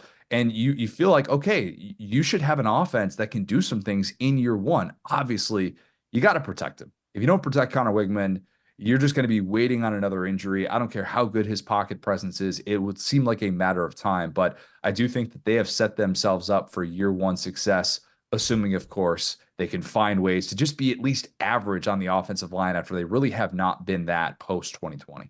So we actually did a segment if these 7 players lived up to their potential earlier today. What does that mean? I'm going to kind of rephrase it for you. If Connor Wigman plays the way he did, just at that level before he got hurt, okay, the 16-2, if the offensive line is just average, what does that mean for next year for this A&M team with that schedule and with what they have coming back? Just those 2 areas. I think it means that they can be like an 8-win team. And I think that would be a great place to start in year one. The schedule is still really difficult. As Billy's pointed out, though, it's kind of good that the most difficult games on that schedule are going to be at Kyle Field. And that is still a benefit for a team in year one. And we know, obviously, what Mike Elko did year one at Duke, where they had historic success. And you're looking up going, wow, how did he turn that around so quickly? I think it's a little bit tougher to do that in the SEC. And even though we've seen coaches have great year ones in the SEC, and obviously we saw Kevin Sumlin have a great year one in College Station, I think there's still going to be a question about what do they look like week to week on the defensive side of the ball. Even though you like the pieces that they have, especially up front on that defensive line, that should be the strength of that group. You're still kind of wondering, all right, what's it going to look like in the secondary? Could they have moments where it just doesn't really come together and it just feels like they have to win a shootout? That to me lowers their ceiling a little bit, and it's more of like an 8-win regular season type ceiling for me. But who knows, man? I mean, you see Bill Connolly's percentage of returning production rankings that come out. It's my favorite offseason metric. A&M is number 1 in the SEC in that, at 18th in the country, which I think surprised a lot of people who felt like the big splashy losses of an Evan Stewart, of a Walter Nolan, were kind of going to tell the story of this 2024 team. And I don't necessarily know that that's going to be the case. Where my optimism comes in, and look, I don't know, I've been wrong the last couple of years, but where my optimism comes in is they have revamped that secondary. Okay, so there's that. It'll be better. You won't throw on them as much as Miami did and every other team did, and they should have beat Bama, in my opinion. They could have beat Tennessee. There's these games that they should have, had they been able to stop the pass. That'll be better. You also have a better head coach philosophy, more organized. Just that alone, I feel like this team should be better than they've been the last couple of years. And I'm talking, I think they should be a 9-win team. But until I see it, until I see the offensive line do it, until I see the secondary step up the way I think they can, it's still a TBD.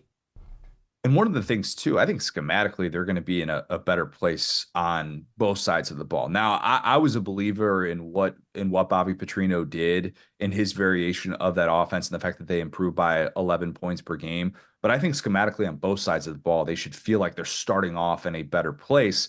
And one of the things that, Billy brought up that just didn't really work for that team last year with the strength and where they should have been at their best. It's like, why are they running a 3-man front? Why are they running a 3-man front with a defensive line that is just loaded with talent? This should be the strength of your team. And instead, it felt like too many times, like they're running a 3-man front and they've got, all these freshman DBs, and it just did not necessarily work. And they would get these guys that would be put on islands, and it wasn't particularly good to watch. And so I think that Elko gives you a better chance of feeling like guys will be in the right spot.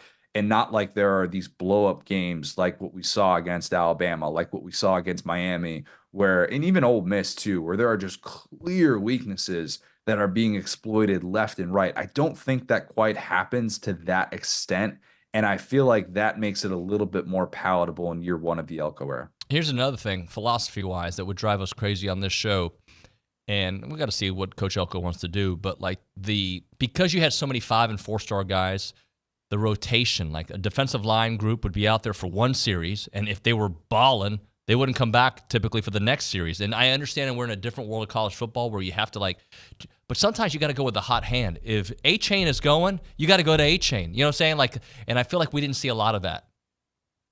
Elko did a really good job of that when he was the defensive coordinator for Jimbo Fisher too. I mean, that's one of those things I look back on. And look at that 2021 unit that finished 3rd in the country in scoring, and go look back at some of the snap counts of those guys up front. They wouldn't leave the field. Mm-hmm. I mean, it was incredible. And yeah, maybe that hurt some of the PFF grades and stuff like that. But at the same time, it just felt like they had those guys up front that they could really trust, and they had an identity that they could truly build around. And part of that is, it's conditioning too. And it's being able to say, hey, we want you to play on the defensive line, and we want you to play 50 snaps in a given game. And we might feel like we have to rotate guys at times. And there are certain ways to do that. I think Georgia is a great example of a program that has kind of mastered that. They have depth for days and they can get away with that. But I think that A&M getting back to that and trying to establish an identity is going to be a really important part of what Mike Elko tries to do to be able to establish more defensive consistency. Connor, what was your favorite part of the Bill O'Brien Ohio State era? That's a good question, man. There were a lot of great memories. My personal favorite was this Twitter X discourse between the people that watched Bill O'Brien at Alabama and watched what the 2022 Bama offense was, and then those who simply looked at his resume, looked at his scoring offenses, and thought that that told the entire story. There was a very clear divide. And if you watched him at Bama, you laughed at the fact that he was hired at Ohio State. And if you didn't watch him at Bama, you thought Ohio State just got a home run hire. It is weird for me to process that there was a time, a very brief time it looked like, at least, he's reportedly going to be the head coach at Boston College. I don't think that anything is finalized just yet on that front. But assuming that he is the coach at Boston College, Ohio State will have dodged a bullet. There's no doubt about it. Like I saw what that 2022 group looked like, albeit one that had some questions at receiver. But I think Ohio State, with all the firepower that they should have on the offensive side of the ball, to me, I would go back to Ryan Day calling plays, but maybe I'm in the minority and I haven't lived through it as much as those fans in Columbus have. Hey, last thing for you. Missouri made some big news yesterday. NIL, big deal. Not just NIL, the renovations to the stadium. That is, I guess, the beauty of what winning can do for a program. 62 mil is not nothing. It's not. It's pretty significant. I know not all of that is just going to go directly into the pockets of the football program, and being able to use that in the way that, oh, that's just an NIL pool. Like it's not going to be just as simple as that. But you're right. It is what winning does. And one season, we can forget about these seasons. We can. We've already forgotten that TCU went to a national championship 13 months ago. We have already blocked that out of our mind. Well, in part because the 65-7 happened and they didn't really show up for the national championship. But regardless, it's all about sustainability. And I credit Mizzou for actually looking at ways to be able to sustain this. And they have had success in the NIL space, especially in their state, because of those state laws that allow high school players to be able to benefit off NIL as soon as they sign with an in-state school. And that has really helped them and Eli Drinkowitz with recruiting. But I think Mizzou has a little bit more sustainability. We kind of talked about that when Mizzou and A&M came into the SEC, and they have this bad year one in the SEC, and then year two, year three, they're getting to the SEC championship. It kind of took people by surprise. But this year, and what they're trying to do to live up to last year's expectation of an 11-win season is different. I do think there's a little bit more sustainability, and the schedule sets up really well for them to show that 2023 wasn't exactly a fluke. Connor O'Gara, Saturday Down South, man. Appreciate your time, buddy. Talk to you soon. Absolutely. Appreciate it, man. There he is. Connor O'Gara on the Brian Foley Law Hotline. We'll hit a break. We'll come back with some final thoughts in the 9 o'clock hour. We'll get to Dr. John Thornton here at 10 o'clock. Right now, caller number one, we're going to give you a free car wash from Aggie Express Car Wash in South College Station off of William D. Fitch and Greens Prairie. They are Aggie-owned and operated with the friendliest staff and a personal touch. They offer a monthly membership, but we're going to give the first caller a free car wash right now from Aggie Express in South College Station, 979-693-1150.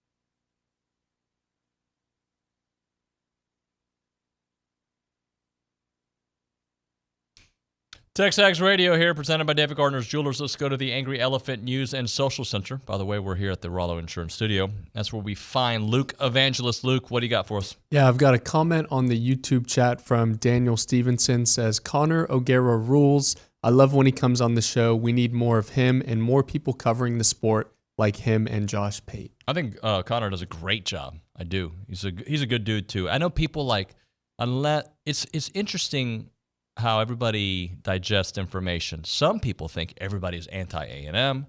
Some people think you're just a maroon pom-pom person, right? But I think Connor is he's insightful. I don't have to agree. People's opinions, if you have reasons for it and we can get there without it seeming like you've got this vendetta, I'm okay with all that, right? I am totally fine. If he ended up being right about Jimbo. Sorry, guys. I ended up being wrong. I think we all were wrong, but we had our reasons for being wrong. The stories change. They just do. My opinion from 10 years ago changes with more information. With more information and more evidence and the direction of college football, things change. Things absolutely change. What else, Luke? I agree. I've got a text message from Missouri. This person wants to know, does Connor Weigman have to earn the starting job? Well, everybody's got to earn their starting job, but I think it is expected, and he will be treated as QB1.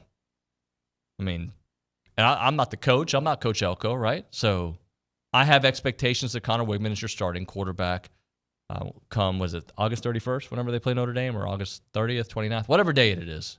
Yes, I expect Connor Weigman to be your starting quarterback. Does he have to earn it? Yeah, I mean, if he has a horrible spring and a horrible fall practice, he'll lose his starting role, but he's not going to. We've seen this guy at his best. And I think Marcel Reed, Jalen Henderson, they all kind of understand that he's the guy. But as we've seen on time and time again, you better have a couple of guys ready to roll.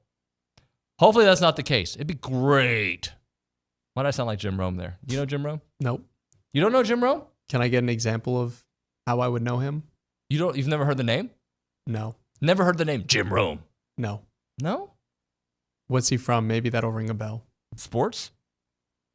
What does he do in sports? He's got at one time, maybe it was 30 years ago, but I feel like it was not that long ago, the most successful sports talk show in the history of the profession. And the name of that was? The Jim Rome Show. Oh, with your host Jim Rome. I'm still not following. I apologize. You really don't know that name? No. If I maybe saw a picture or heard something he said, I stopped listening to him in 1998. But okay, yeah. See, I wasn't even a thought. But he was still a big deal. He's still. I think his show's very popular still. Okay, I'm gonna do research backstage. Jim Rome, and I'll get back to you. The Jungle, Smackdown or Smack Off. Oh, that's the name of the thing he does. The Smack Off. Okay, we didn't need to repeat that word. When we come back on TexAgs Radio, that doesn't sound like Jim Rome. We'll talk to Dr. John Thornton. Bye.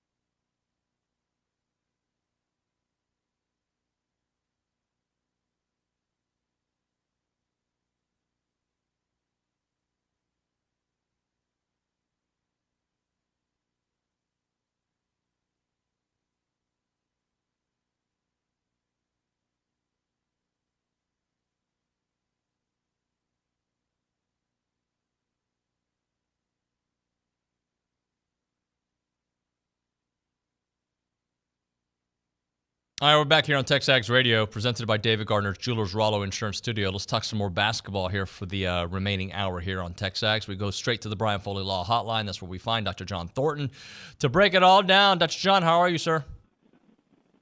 I'm doing well. Everything going well this morning? Yes, sir. You know what? It's a lot better after the way that game it gave me a couple of heart attacks, but the way they finished that game was pretty good, my friend. Well, I know, and that's one of the deals. I mean, I would like to say that it's more than just basketball that makes my day brighter, but let's just say it's one part of it. But I'm feeling pretty good about beating a very talented Florida team that was on a roll and having to do it the hard way, and coming out with the win was huge. Yeah, it was huge. Also, Dr. John, this team has been in so many of these tight games, finding a way to get it done against a team that really at times feel like they had the upper hand.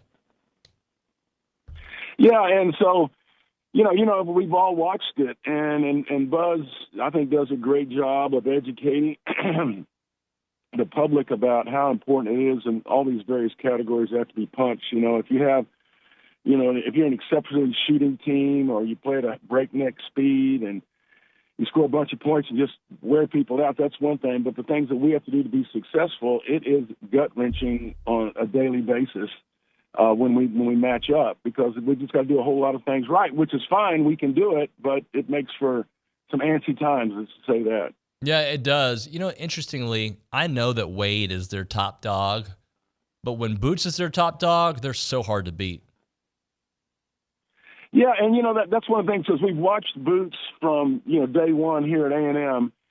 And I don't know if he was at the top of the scouting report, maybe in the middle of the other team's scouting report. And so he really took advantage of people not knowing what his skill set was and how tough he was, how he could rebound and finish and all that. Well, every year people have gotten a better understanding of what he's capable of doing. So the matchups now are tougher because there's no surprises there. But when you have the 1-2 punch with Wade and Boots going, and obviously we had Wade in foul trouble, so it wasn't so much that way in Florida, but it was in the latter stages. But if you get Boots going and doing what he's doing, and that's so many things. He covers, he hit the big three right before half, he rebounds like crazy, and he made the big shot in the paint over 6'10". So, I mean, just the intangibles mixed with his skill set, you're right. When he's going, we're pretty good. Do you think it was a concerted effort from Coach Buzz and company, or Boots just saw an opening to attack more than he had? I mean, he's always been an attacker, but it felt like he was not going to be denied the paint. Yeah, and I think it's like anybody. He's always looking to take advantage of people overplaying and trying to get in. But on a given night, it depends on how congested it is in there, because, they had 7'1", 6'10", and so a lot of times you're running into those guys, and if you don't make a great decision, or you don't get rid of it before you get too far in, you kind of handcuff yourself. Well, I thought his decision making on when to try to finish, I mean, it's not pristine, it's not going to be perfect every time, but he really did a good getting where he needs to get to be a dagger in their defensive, alignment, and then he was finishing. That bucket he made to put us ahead was huge, right over a 6'9", 8 guy, just flat-footed in the paint, just out-quicked him. Talking to Dr. John Thornton here on TexAgs Radio, presented by David Gardner's Jewelers here in the Rollo Insurance Studio. So how big is it for them to be able to do it on a night or an afternoon, I should say, where Wade Taylor is in foul trouble for huge chunks of the game? Yeah, it's not the first time that Wade's, been in foul situation. And I love the toughness of this group. And I think that's what Buzz and his coaching staff, they start day one. And it can be overused at times, but it's not with A&M. The competitive spirit he builds day one from boot camp all the way through practice is about, hey, you battle. No matter what the circumstances, you battle. So when Wade goes out, I think people go, hey, this is what we do. But and again, the toughness of guys that get the team in general is tough. I get that. But when you have Anderson and Solo and Manny playing at a high level, offensively, defensively, down or whatever you want to say, when they are engaged, which most of the time they are, there's no question. But when all three of them are going, they're pretty dead tough. And so I think that slack was made up with the stops that we got repeatedly in the second half with the defensive effort. Talking to Dr. John Thornton here on TexAgs Radio. So when the game, it felt the last few seconds when Wade had the turnover on the inbounds, that storyline could have gone one direction. Luckily, it didn't go that direction, which allows them to get a little bit of momentum moving forward. No question, and it's one of those kind of things that if you coached or you've been around basketball, I mean, you know how helter-skelter games can get late like that.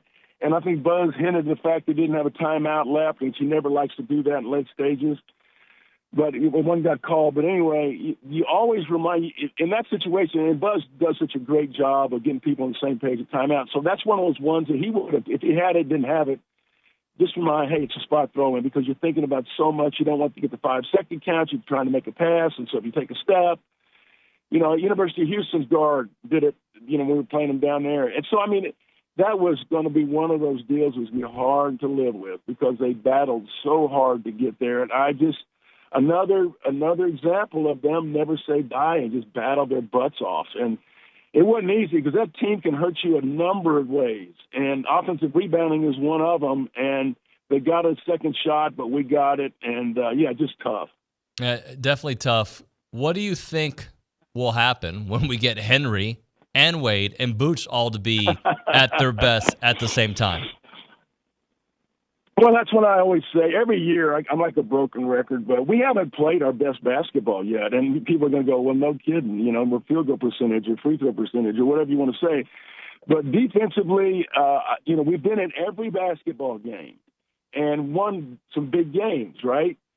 But we have not played our best basketball, and that's going to happen. That's going to happen, and that's what you're hoping for, is that roll starts, you know, relatively soon, because shots are going to fall.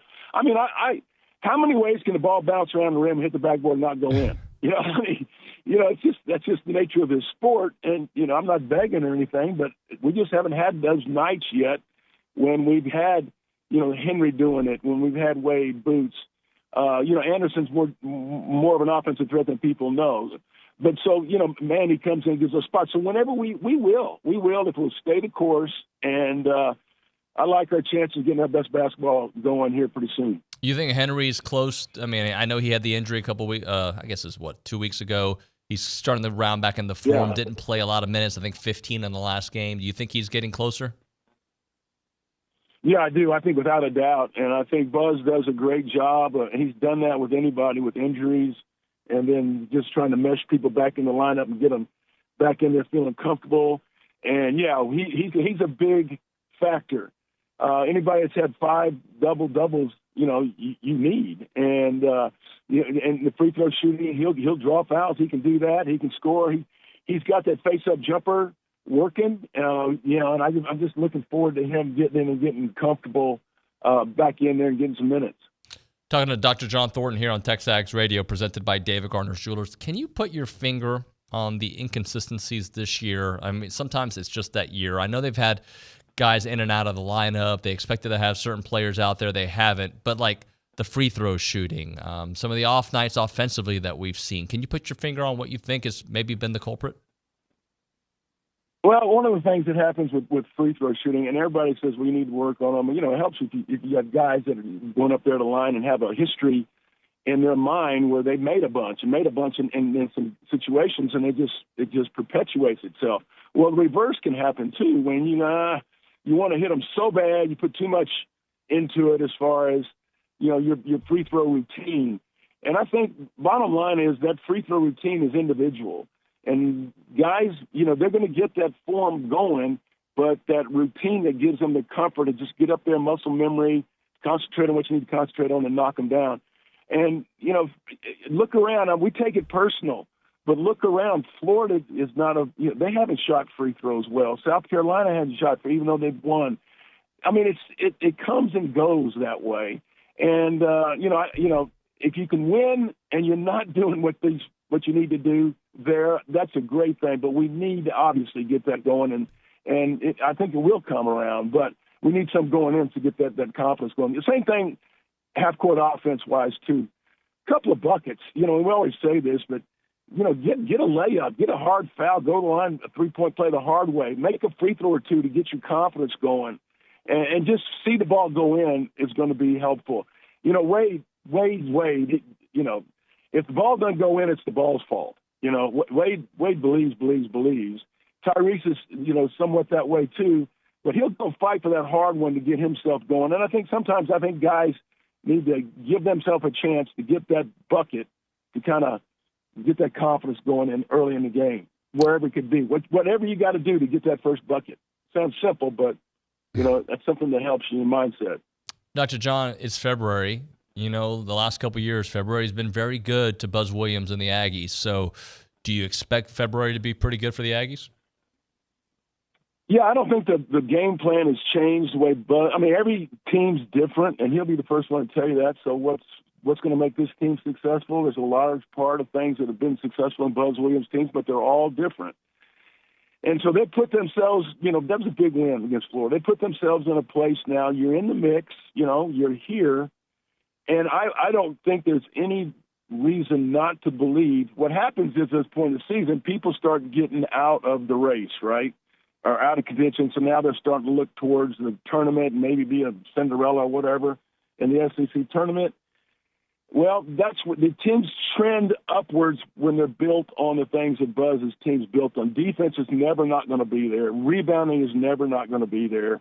And so, yeah, I think that trajectory of this team is positioned to do that. Again, let's see some balls go in and keep people healthy and get that integrated lineup again of what was making us successful early in non-conference. To follow that up a little bit, too, I think what Buzz is a master at, along with adjustments, I feel like as the season goes on, people's roles become more defined. Yes, we have this thought about this role, but like Solo has now become that on-the-ball defender that Dexter was last year. There's these slight changes of maybe the same role, but maybe the intensity or the focus does get altered a bit. No, I think that's a very good point, and I think that Buzz does as good as I've seen. He calls it grace. You have grace, you're going to play, but as the season winds into the most important part, I think they know their role and what they're in there for and why they're in there.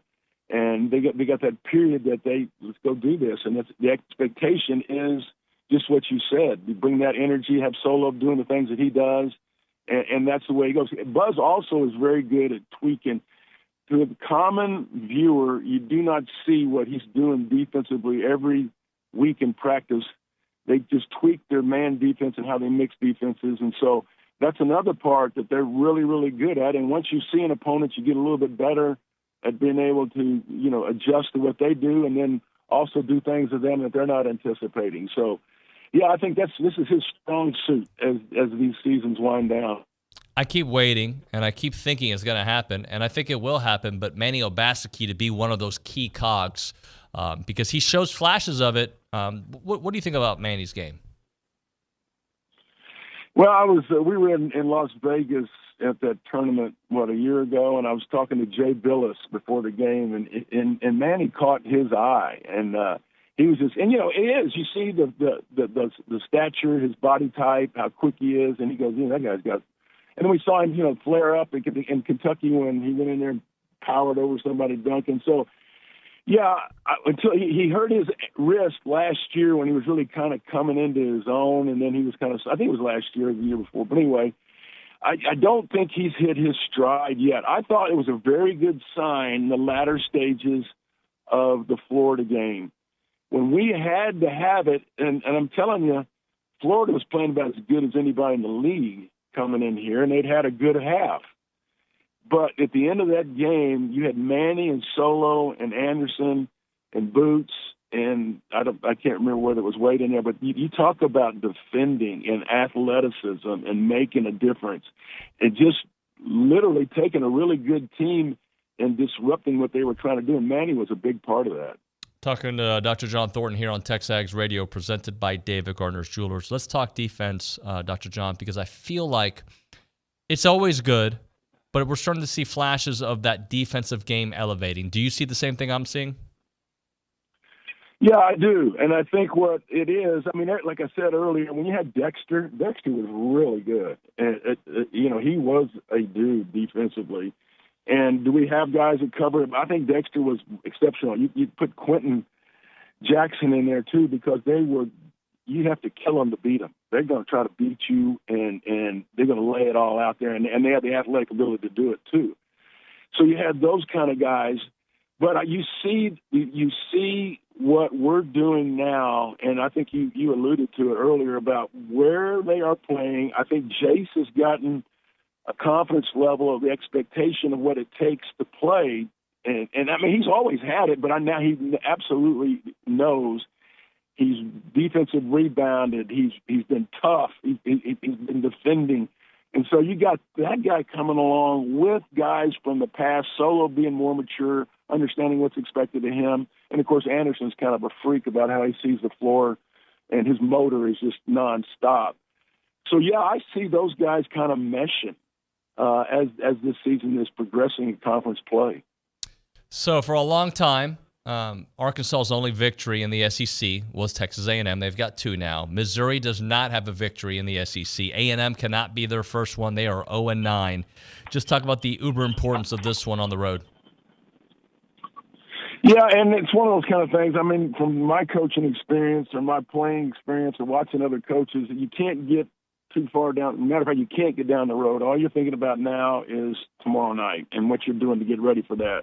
And everything's out the window. I mean, that's what coaches are challenged to do. It does not matter what that record, that conference record is or overall record is. It's Division I basketball. They got some guys that can flat fill it up. They're a wild team to guard because they are free-flowing. Everybody shoots the three, and they can have that night. And so, yeah, I don't know what the crowd's going to be like, but it's one that you have to be, locked in because it's just a different style of play that they play.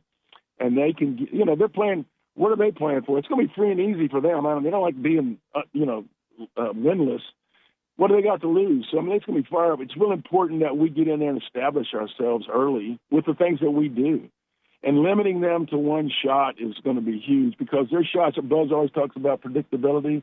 It is absolutely unpredictable when shots are going up with them because they'll shoot it. Everybody shoots it. 7-footer shoots it from 3. Everybody shoots it.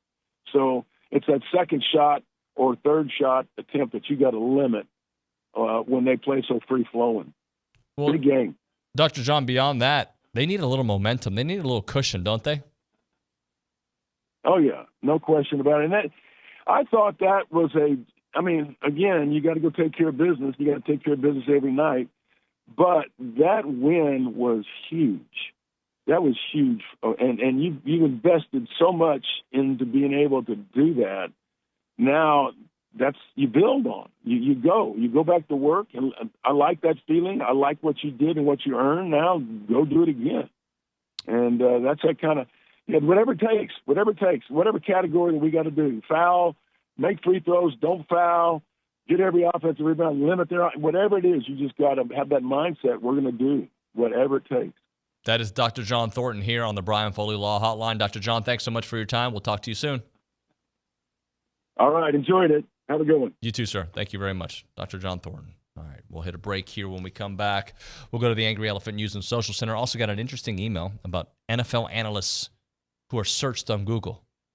So we'll talk about that when we come back. Right now, though, we're talking about 12 under 12. Hey, it's 12 for Texas A&M. Get it? 12th man.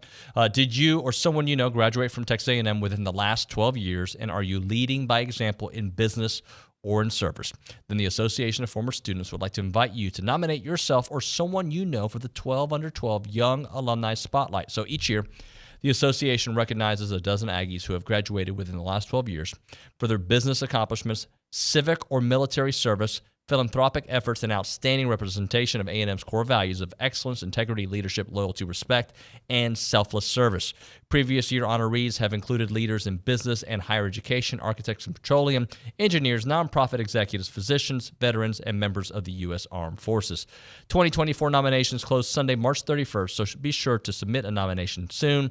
To learn more about the recognition and submit a nomination, visit tx.ag/12under12 nominations.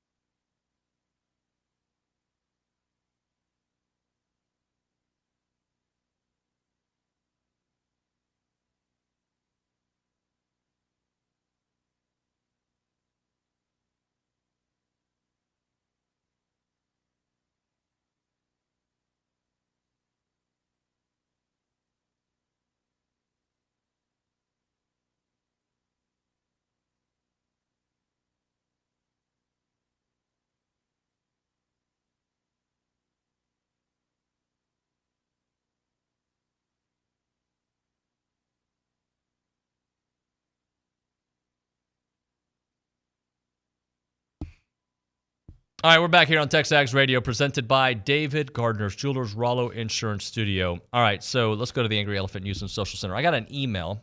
So when you're in the media, you get a bunch of emails that mean absolutely nothing to you, like, hey, which garden hose should you buy for your back? Like, I don't know, like whatever. But this one, not that it's a talking point that I really enjoy, but it caught my attention because the headline is Michael Strahan is the third, not first. I guess because he's from Texas. Third most searched NFL analyst out there, according to research conducted by online casinos in comparison service King Casino Bonus. So they have the list of the most searched dudes. So we're going to play the game. Now that you know that Michael Strahan is third, Luke, who do you think is first of the most Googled names in NFL? Like analyst. Do I need to give you some names of people that are on? Is it fair to say Chris Collinsworth is an analyst? Yes, he is an analyst. Is he on that list? No, he's not on that list. Interesting. I would think former players for the Tony most Romo. part. Tony Romo is number 8. Okay. On the list. Looks like 182,000 impressions. Let's go with Matt Hasselbeck. Okay. Not even Matt's family is Googling Matt Hasselbeck, okay? Okay. His dad is like, who? His brother's like, who? Continue. Let me just double check that. Make sure I'm not wrong. Who else is on that Fox crew? There's Terry Bradshaw. Terry Bradshaw. Where do you think he is on the list? Top 5, probably. I feel like he's pretty popular. Number 2 on the list. Hey, let's go. Let's go. Finally got one. Who else is on that crew? You're thinking about, think about some legends, some guys that have retired recently. Troy Aikman is not on the list, not in the top 10. Interesting. Former players retired recently. Maybe, or old time. I can't give you every answer. Randy Moss Let me seems just to ask be you this. like. Who do you think is number 1? I don't know. Is Randy Moss on there? Nick, do you know who number 1 is? Would it be Tom Brady? It is not Tom Brady. Was he an analyst this year? I was going to say he's going to be. No, he's not. So people who are actually currently working. That would have been a good answer had he been working. Greg Olson. Let me ask you this, guys. I didn't think it was going to be this difficult. Who do you think was Tom Brady's adversary? Like, what quarterback was out there that, like... Eli Manning. Peyton Manning. Peyton Manning. Thank you very much. Now, I understand... Luke, wrong. I have a good reason to say... Yeah, you do. Undefeated against him in Super Bowls, by the way. Peyton Manning, number 1 most Googled analyst, according to this King's Casino thing. Terry Bradshaw, number 2. I didn't think Bradshaw's generation Googled. Michael Strahan, number 3. I'm going to tell you this, guys. A Dallas Cowboys, number 4. Got to be Michael Irvin. Michael Irvin is the guy. Did you say Michael Irving? No, I said Irvin. Sound like Irving? Nope. Number 5, the most famous New England Patriot on television. Gronk? Gronk is number 5. Hey, there we go. Number 6, he saves babies from burning buildings, dogs from trees. The guy is the best. He's like Captain America. Number 6 is? Is he from Houston? Oh, yeah, he's from Houston. J.J. Watt. J.J. Watt's number 6 on the list. I don't know if it's Charissa or Carissa Thompson, number 7. Didn't she get into some hot water this year? Wasn't she the one who said, I don't want to say something? Oh, I don't want to put that on her, but somebody said, I know what you're saying. Yeah. It may not be her, so I'd take that back. But I don't know. Google that. Number 8, Tony Romo. Number 9, Luke, if you don't get this, you're out of the circle of trust. No clue, no hint or anything? I mean, you should know this answer. I should know who's number 9. Is it someone I've already said? Yeah. Eli Manning? Correct. Eli Manning, who I think is the more funny of the two Mannings. That might be the first time Tony Romo has ever finished ahead of Eli Manning in anything in his career, other than interceptions. He's probably a better analyst, don't you think? Just because he can predict plays? I mean, well, yeah, that is pretty. Yeah, that's part of what makes him great. Yeah, but he's not on the Manning cast, which is far superior. Okay. And then number 10, I've forgotten she still does sports reporting because I guess I don't. She's on Fox, right? Erin Andrews, is that right? I think so. Yeah. Yeah, I guess she's I don't really watch enough Fox. She is very good. She's a very good interviewer and she's good at her role. I just didn't think of her as one of my top 10. So that's your top 10 most Googled analysts. Who Googles analysts? I have no idea. Maybe they're looking for highlights of when they played. Like I'm just thinking to myself, I wonder what Michael Irvin's doing. Like, I don't know. Like, just doesn't seem like Terry Bradshaw. Let me see what he's up to these days. What is J.J. Watt on? Other than being a great follow on Twitter, what, like... I think he's on CBS, right? Didn't he do like one of those shows or something? I don't know. I'm not sure. He's on TV sometimes. I was surprised he was. Did I see anybody from the NBC crew on there? I don't think I did. None of those dudes are NBC, right? Oh, with like Tony Dungy and who else is on that one? PFT Mike, what's his name? Pro Football Talk, Mike Florio. Yeah. Oh, Collinsworth's son is on that show, Jack. Oh, that's right. Yeah, he's on that one. I'm trying to remember Sims. who else. Yeah, Sims is on that. Yep. That's interesting that it's like pretty dominated by Fox and ESPN. Yep. The ESPN doesn't catch me out. I mean, Peyton Manning, I get it. Like, that's Peyton Manning. People probably just Googling. I wonder how and it has the methodology here, global search volumes from keyword planner. Okay, that's what they say. That's their methodology. Interesting stuff there from kingscasino.bonus.uk. Maybe I should have skipped that. That's probably why they got it wrong. It was the UK. They don't know how we roll over here. That's probably why Eli wasn't number one. They messed up the data and was supposed to be Eli 1, Peyton 9. He did something this weekend. Was it at the Senior Bowl? Yeah, he did like a rap battle. David, do you know who Super Hot Fire is? Do you have any idea who that is? Sorry, what? Super Hot Fire? Do you have to say it like that? Super Hot Fire? That's his nickname. Yeah. No, who is that? He was one of the greatest YouTubers when I was a kid. He did like rap battles against sometimes random people. Sometimes he would do it against like Chris Rock or Soulja Boy. And it was super funny rap battles. You should probably ask your kids. David. Yeah, and they would definitely know cook about you. it. I'm not a good rapper, Nick. Why did you feel the need to like? Because what? you like to feel the need to inject yourself and say, "Oh, I'm going to beat you in this and this." Super Hot Fire would cook you in a rap battle. But he's not a rapper. But he's not a rapper. Hold on, Nick. Let's before I hit a break for Hop and Tap. You interject yourself, and then I become the protector of freedom against you because you say, "Okay, I Captain can score America. on an SEC game." Like this cocky guy that played, like you didn't even play YMCA ball, and I can score in an SEC game. So I had to put a stop to that. I hit a couple of game-winning shots in the rec at A&M, believe it or not. But that was a while ago. I won't even say the line that came to my head because it'll get me canceled. Nick, what basketball team do you announce for? The Navasota Rattlers. Do you think you could score a single point in that game? No. But yet he thought he could score on an SEC basketball team. Especially the Lady Rattlers. They're the better of the. They're really good. And they're going to the playoffs. So yeah, they would wreck me. Outside of the time where you said you could score in an SEC game, when have I interjected myself into a competition? I don't know. People are waiting for Tap and Hop, so let's count the rock. By the way, I am the most competitive person probably at TexAgs, but I give props and props are due, my friend. Tell them what to do, Nick. Whoa. Luke. Sorry, Luke.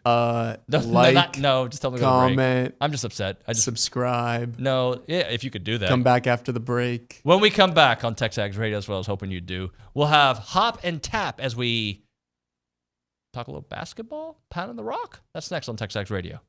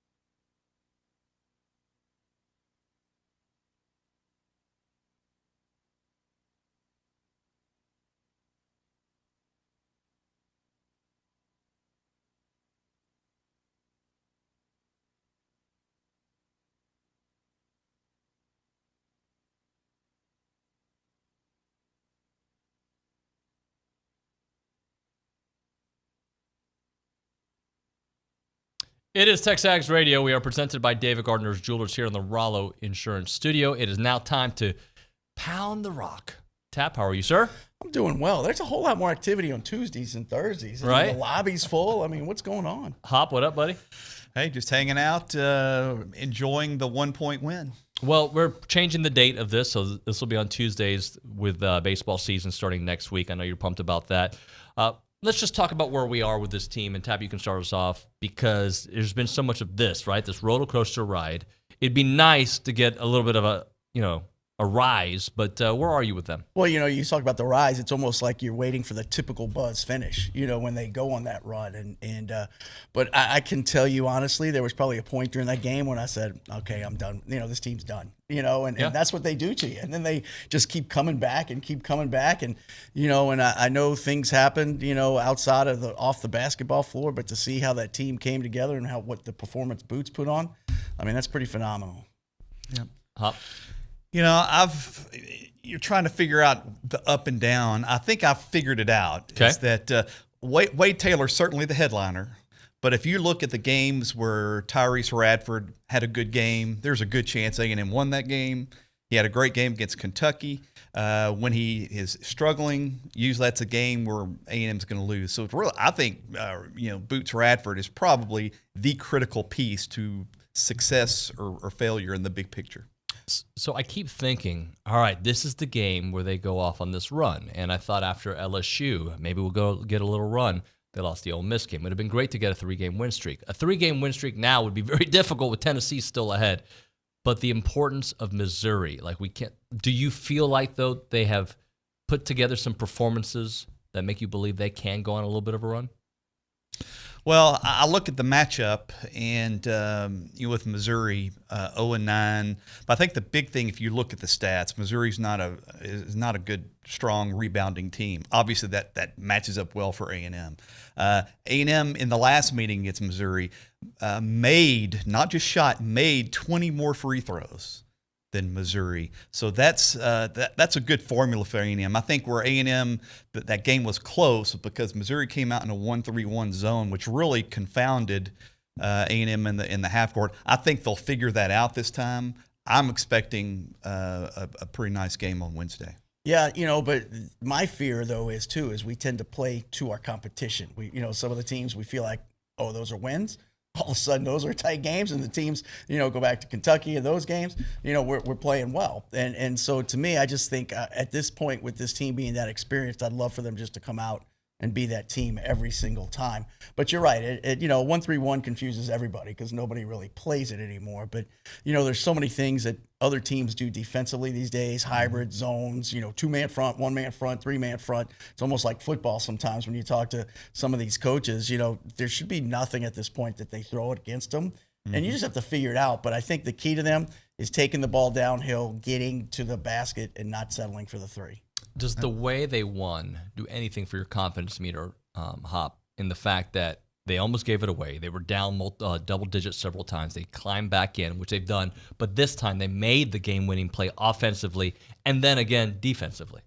And to Tap's point, I think in that Florida game, which I was really shocked. Florida has, 3 guys that are 6'11", 7 foot. We shot 44 balls in the paint. A lot of that was Tyrese Radford going in the hole. We attacked the basket, and that's why I know the Florida coach was kind of complaining about the free throw disparity. But when you're going to the hole 44 times and you got the other team shooting 29 3-pointers, that's going to happen. So yes, it's the style of play. I think A&M is a much stronger team when they're attacking the basket. Obviously, their 26% three-point percentage dictates that as well. Yes, I expect them to attack the basket a lot more going forward. And it doesn't matter what defense somebody's throwing at you. If you attack and penetrate, penetration kills every defense. Dribble penetration, reverse the basketball, come back from the weak side. But anytime you're able to attack and get the ball, it doesn't matter what you start on. Now the defense has had to rotate. And that's what A&M is, the best team I think I've ever seen in my life. How they recover defensively, and they rotate and recover, and not every team does that. But when we penetrate against them, any team, that's when you're successful. Tap, are they attacking the rim more, or am I allowing the wind to tell me they attack the rim more? Because I look at Boots and it's like he did not settle. He went downhill all game long. Is that how you saw it? I just think sometimes, you got to get the players in that mentality because, maybe, hey, I'm out here today. I'm just going to put up some threes. I'm not saying they say that, but, you can see body language sometimes. And then, usually I think, I went to the women's game and they came out the first 5 minutes of both halves and just destroyed Mississippi State, and then Mississippi State and then they started making some silly plays, but you could just tell they came out with a mentality, but they couldn't keep it. I think that, all teams, the coaches just have to keep saying, hey, attack, attack, attack. And I know there's a thing, but they're much better when they do attack. Yeah, and the numbers proved it out. I think A&M only shot 15 3-pointers, which probably is a season low. And I think that's a good thing. That's the formula they should have, in my opinion, for not being such a good three-point shooting Well, the team. problem is though when you attack sometimes, you may not get all the way to the basket. Now you got to take that dreaded 8 to 12-foot jump shot, which nobody works on anymore. They're working on slam dunks or three-point shots. So that's one of the biggest issues, that mid-range jumper isn't worked on. Let's stick with Boots attacking, because he's got this amazing ability, Hop, to contort his body, absorb the there's some big dudes, and he was relentless. He can switch hands in the air, and he's done that for 3 years now at A&M. I thought the performance against Florida, especially down the stretch, it was all Boots. Going into the paint, doing a reverse spinning layup with a little kiss off the glass with a 7-footer in his face, getting an offensive rebound amongst the trees, and when he got to and it was fouled, went to the free throw line, and then that last game-winning bunny. I don't know how he got it over that big tree, but I only kind of snuck it, kind of a quick shot, kind of snuck it in there, and it was all Boots there in that last 2 minutes. I think the quickness that he has to get up off the floor helps him tremendously, besides the fact he can jump, but he's got such long arms. What do they say? He's 6'2". He might be 6'1", but I bet you he's plus 8 inches on his arms. You know how they measure from fingertip to fingertip. That's supposed to be your height. His arms are probably what somebody like 6'8" are supposed to have. Yeah, he's always been a strong rebounder. You were up close and personal with Todd Golden. You could hear him. He impressed you, right? Or I don't know how you phrased it in your write-up, but he caught your attention. Yeah, of course I'm not covering the game, so I'm probably more of a fan during the game, but he was very, very vocal with the referees. Just constantly. And as a fan, you understand, look, you're going to work the refs, but and I know the play that he complained about over and over at the very end, where his guy stepped out on the inline and they reviewed it. He was just going crazy. The replay shows he wasn't even paying attention to the play. That's what I was going to get to. He was talking to one of his players out front. It's like, what are you doing? And then I thought that in the presser, it's one thing to expose, to say, hey, look, the free throw disparity for what it's worth or whatever. But he went back to it and then he started talking about the A&M players talking to their bench. I'm like, that's basketball today. Yeah. So I just thought it was a little much for me, but. Yeah, no doubt. At that level, that's the talking's going to happen, and you understand. Hey, you're going to fight for your team, but sometimes I got to think that might be a conversation with the AD when they get back. When the conference is probably going to send you, we don't need that many negative comments about the officials post game. So OB had a really good thought this week that I wish I would have had. He said that when A&M lost Dexter Dennis, and that's a big shoe to fill, right? But they've almost satisfied that role recently by dividing up Jace Carter offensively and Solo defensively. What do you guys think about that thought?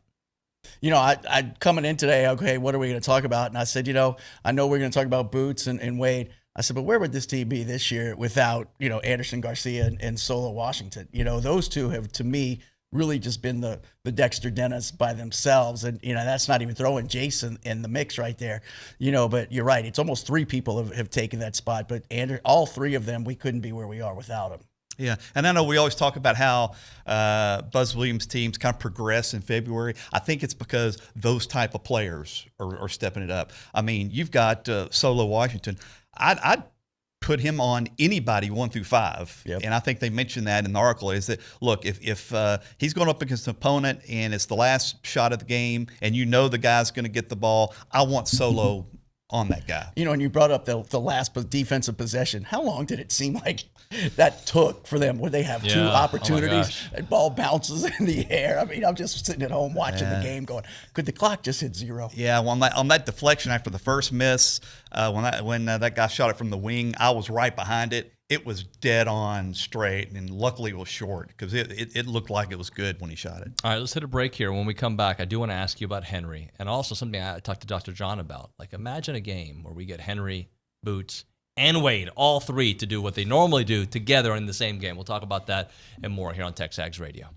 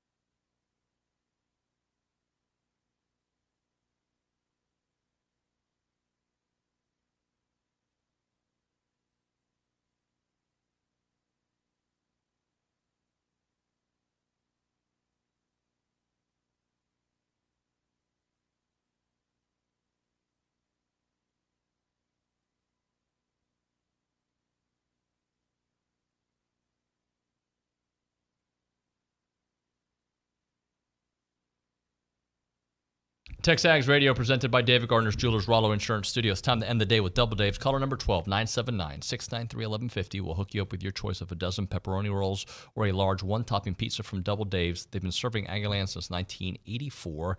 They have your favorite pizza and world-famous pepperoni rolls with reliable in-house delivery, bringing piping hot goodness straight to your door. Just click on doubledaves.com and your favorites are on their way. It is TexAgs Radio. We are presented by David Gardner's Jewelers. We're here in the Rollo Insurance Studio. Pounding the rock with Tap and Hop here. Gentlemen, I asked about Henry earlier, or I teased that we were going to talk about it. Are you guys at the worried phase when it comes to Henry, or do you think it's kind of like Boots? He's just got to get back into form. There's something there. I mean, he just doesn't seem as physical as he was earlier this year. And you know, again, I don't know anything, but again, if I had that body, I'd like to think I would just get in there and just try to create my own space, but you just haven't seen it lately. Yeah. I'm going to give him a pass in the Florida. Florida's so long. Of course, Henry, they say he's 6'8", probably 6'7" and a half. Yes, there's no question his shoulder is bothering him, but I think the length of Florida, it was a bad matchup for Henry. Let's see how he does against Missouri. I still think he has some good basketball in him this season. And the good point, I think you mentioned about Buzz's teams getting better. I think Buzz understands his rotation and his personnel so much better in February than earlier in the season. And, and really this is one of the few seasons that Buzz has kind of only played with those 8 guys, maybe 9 guys. Usually in the pre-dish conference, he's playing 12 or so. So this group's been playing a lot of basketball, but I think everybody's figuring out their role, and Buzz understands what they could do. Well, let's talk about it. What if Boots is going downhill, playing the game he can play, Wade's having his game, and Henry? Now what kind of team are we talking about? Because we have not really had all three, having those kind of performances at the same time this year. Yeah, well, I think certainly you get Wade and Boots and Henry, along with what Garcia's given you. All of a sudden, your ability to get advantages over your opponents is expanded, and that's, I think, been A&M's problem in the first half of the season, is that there's only a couple guys on the court at any time that the defense is really concerned about. So, yeah, I think that if you get those guys clicking, there's a lot of 50-50 ball games on the schedule left. A lot. At Georgia's 50-50. I think Ole Miss 50-50. Just South Carolina at home is going to be a 50-50. So if they can just, in the games they've been losing, have been by 2 or 3 points. So you fine-tune just a little bit, that could get them over the top. Yeah, you don't want to go back and say, if only we would have held that last possession against Arkansas. I mean, how important is that at this time? But, but unfortunately, we've been saying that all season, if Boots comes back, if Henry, but they've adapted pretty well. But, it'd be a nice time for them all to get on the floor, be healthy, and start playing well, because we would be pretty tough to stop. What'd you make of Manny O'Basker? I was about to call him Mo, but I feel like only Buzz can call him Mo. What do you make of Mo getting those 14 minutes? And I think Buzz really wants him out there. He's just got to hit those free throws. I think he's always been, since he's been here, one of the most, dynamic playmakers when he stays in control. I think sometimes Manny tries to do a little too much instead of just playing within himself. But when he plays within himself and focuses on defense, he brings a lot to the table, because especially you can rest Boots a little bit, because they're a little bit similar as trying to get to the basket. And now Boots is going to have more left at the end of the ball game. Yeah, I think for me, I think that I don't think Manny's strongest position is point guard, but he's kind of been forced into that role. He's, as Tab said, his decision making with the ball in his hand probably isn't as crisp as Wade and Boots and some of the others. I think in the future you'd like to see really him off the ball more and utilize, because defensively with his arms and his athleticism, crazy great defender, crazy great offensive player if you can get him off the ball and slashing and not trying to create, because when he tries to create, I think the ball gets stuck with him and he just tries to do too much. You go back, so he got the minutes probably Hayden Hefner's been getting the last few games. And those are two different players. Where's Manny going? To the goal. Where's Hayden doing? He's sitting outside the 3-point line. Not that he always is shooting the ball, but then you're swinging it over to Jace, who doesn't really take it either. So it just gives you one more penetrator on the floor when Manny's on the floor. Key to Missouri, Hop. I think they need to establish that rebounding advantage. If you look at on paper, Missouri's not a very good rebounding team. A&M is a plus 12 in rebounds. Actually, the reason why the game last time was so close is that margin was much smaller than A&M underperformed in rebounding. If they can get that back up to 12 or 13, I think A&M has a very good chance of winning on the road. Don't settle for the 3, attack the basketball, the goal, whether they're in the 1-3-1 or whatever. But they've seen it now, so nothing should surprise them. Have we hit a point where we believe in this team, guys? We got about a minute and a half left, where we believe that this team is going to figure it out enough, maybe not be the team that we thought they were going to be when the season started, but good enough to maybe do some of the things we expect? Yeah, I go back to what I said before. When I see Boots Radford do it, more than one game here or there, then I'll believe. If he comes out and has a great game against Missouri, then comes out and has a statement against Tennessee, then I'm completely bought in on this team. You know, I want to, and I really want to believe, but I know if they show up and play their defense and rebound the basketball, they give themselves a chance. Yep. Gentlemen, thank you very much. Appreciate that. That is pounding the rock, tap and hop here. Pounding the hop. Goodness gracious, that'll get me canceled here on TexAgs Radio. All right. Tomorrow on the program, the late National Signing Day program, we'll have Bronny here for a couple hours. Billy will be here for a couple hours. Tom Schubert will come by early in the morning, so a lot to get into. Thanks so much for all of our guests today and Nick and the whole crew there at Bryant Broadcasting. That's going to do it for TexAgs Radio on a Tuesday. We'll see you mañana.